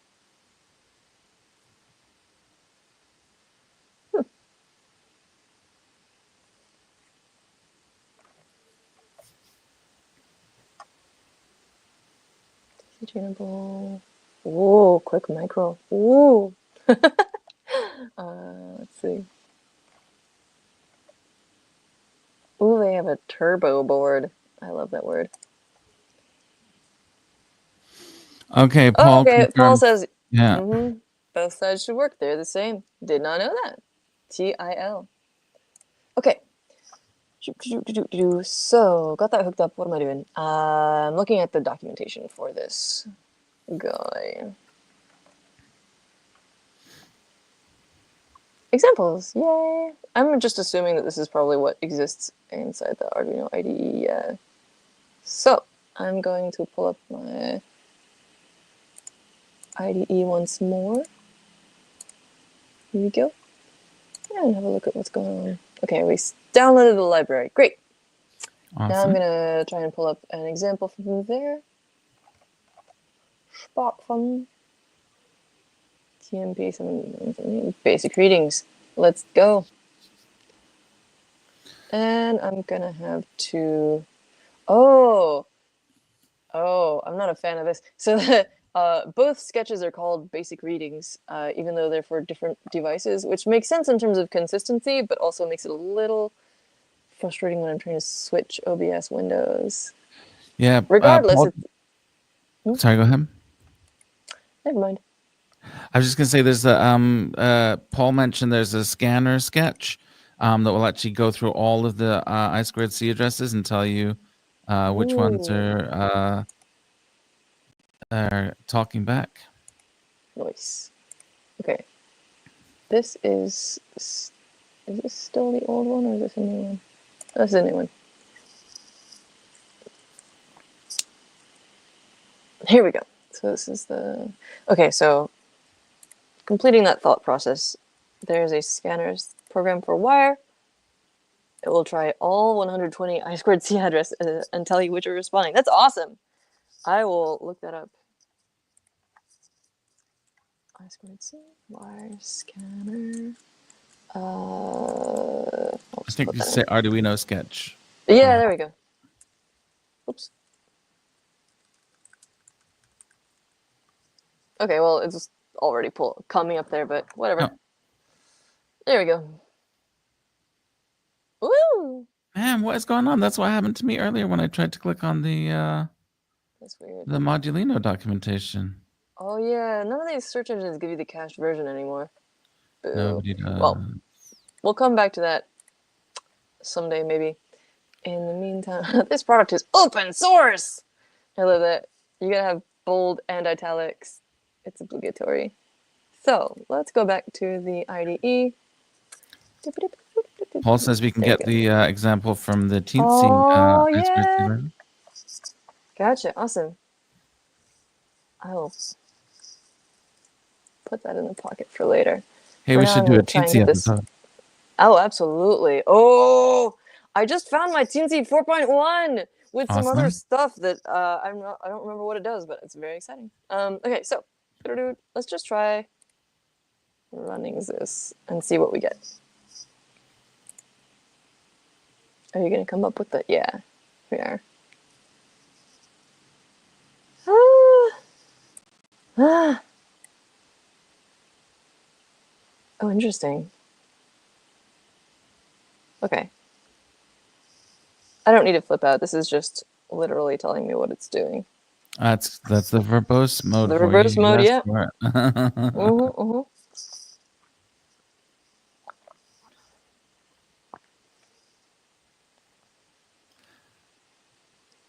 Uploading. So what's cool about this is you can actually pick pieces out of that output and then do it yourself. See, like, oh, that's how it's compiling this. I'll just do that myself. Paul just told us the hack to get the teensy scanner without a teensy connected. Ooh.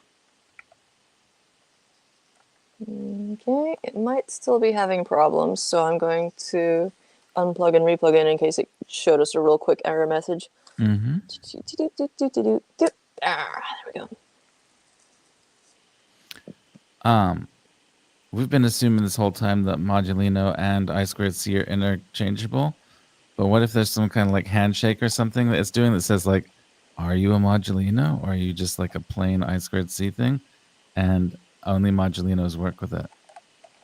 I don't see why only Modulino. Like, this is literally for the quick module I'm using, though. I'm like, saying, I'm not using Modulino. do we know that connector is quick compatible? Oh yeah, I think I read that in the Arduino R4 docs. But I'm just saying, what if it was only Modulino compatible, even though the technology is just I2C? What if there was something where it's expecting to hear something from the Modulino module, which the regular quick module does not do? Okay, yeah, so it's quick. Yeah, no, that's cool. Let's see what they say. Maybe there's something special and weird. That's a good question.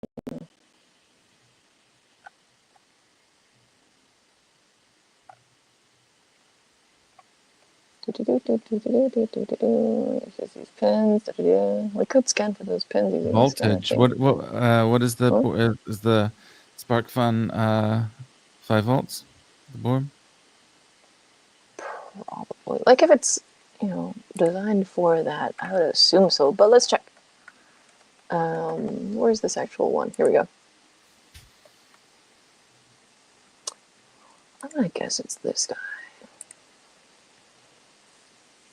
So I'm going to take a quick look at the back of the device. It doesn't actually say which one of those products it is.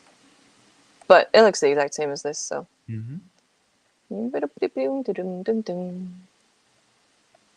Data sheet, maybe. Under features and specs tab, maybe? No.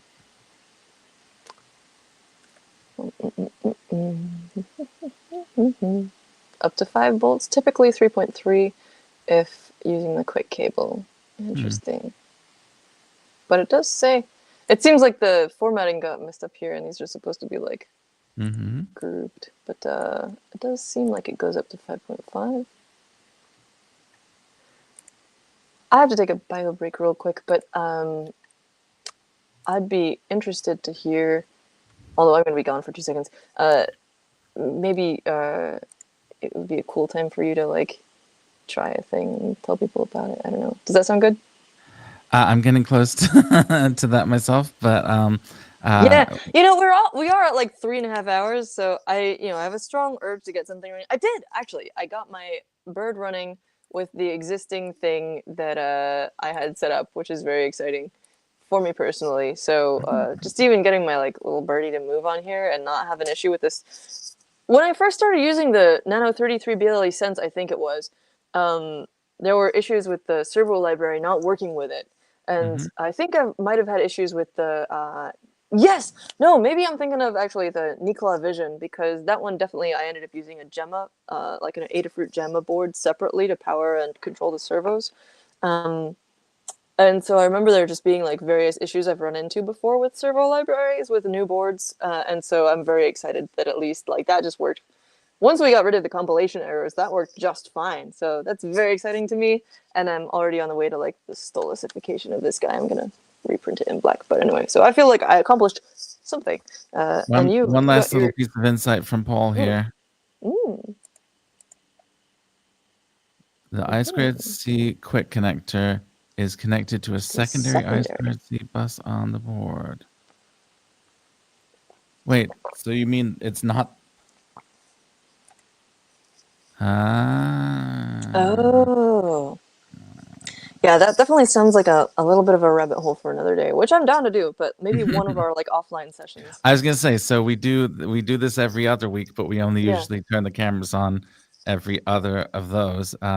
So we'll definitely dive into the I2C diagnostics next time, perhaps. Yeah, and we're gonna clarify the cadence for everyone, by the way, because like this is a special bonus area episode thanks to the new Arduino. I do want to make sure I have time to like write up tutorials and stuff, and so.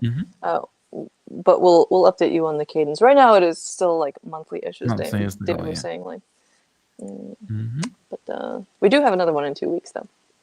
Oh God! Of course we do. Am I lying? Okay. No, that's completely true. Yeah. Okay, cool. And we're because this was a bonus one, and so then we'll be back in 2 weeks, and then off the 2 weeks after that, just to give you guys a break. Switch it up. Yeah, I'm really appreciative of Paul's insight on the I2C stuff. I'm gonna have to save this. We will give that a try. We can't tell which YouTube video that's coming from, but I'm just gonna screenshot all of these, and then like try to find it later on. Yeah, I guess we won't necessarily. I have them both open, so I can tell. Oh, nice. Paul is coming from yours. Okay, cool. So grab the comments from yours. But sometimes it like hides them randomly in various ways anyway. So I'm just screenshotting all of these comments from Paul because they are awesome. This is gold. This is really helpful.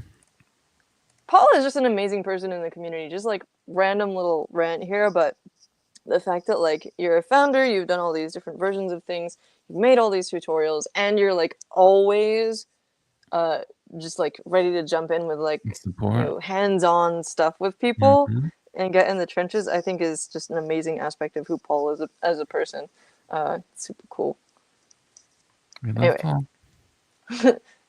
Have I done that rant before? Probably. I know I've done it before in my life, but anyway, so yeah, where were we?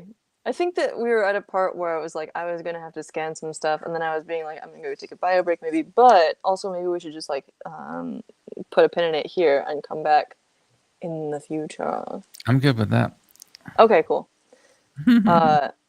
Any closing thoughts, David? I just wanted to point out the last thing that Paul said, that was from page 6 out of 19 on the Arduino Nano R4 datasheet. Gotcha. If anyone wants to check it out. Closing comments. I don't know. We did lots of fun Pebble stuff, and it didn't work. And we did a lot of fun Arduino stuff, and some of it worked, but not great. But we learned a lot along the way, and maybe the stuff not working was the real whatever. I mean, we're here for the chaos, and if the stuff works, if it doesn't work, you know, it's cool if it just worked, there'd be no chaos. What's the point? Yeah. I'm gonna walk us back through our tabs again real quick so that people can see what they're looking at. And of course, well, anyway, so we've got your here we go.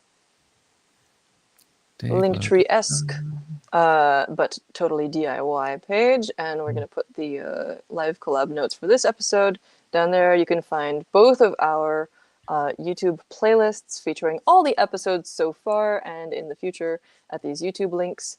and each of our newsletters, including David's explainer on how to make a page like this. We've got our live collaboration doc, which is currently massive. Let me get that down a little bit.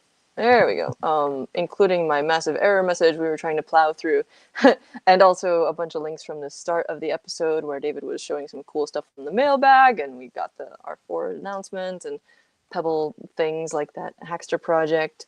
I'm going to be trying to publish soon Hackster projects that I've got like 90% completed from previous episodes, like running custom graphics on the Thumbie and animations. I forgot to say I got like an animation running on there with a sprite sheet, and then also this source mag by Concrete Dog. You can download it now and then give a little tip. There's a PayPal and coffee links inside the magazine, but also you can click there. Oh, also a free CAD book for makers. There is the Arduino Nano R4 official announcement blog post. This really cool graphic that we saw that's like a little exploded diagram of one of the new, what are they called? Something Core 2 Duo? So actually, this is actually a Pebble 2. It's not the Core 2 Oh, Duo, okay. but the Core 2 Gotcha. Duo is based on the Pebble 2, so it's very hard to tell which one it is from the diagram. It's just that happens to be a Pebble 2, not a Core 2 Duo. Man, even I'm getting mixed up. Which I think it's awesome that they're like reusing a lot of the enclosure hardware that they were able to salvage from before. Like, that's amazing. I wish there were more stuff like that.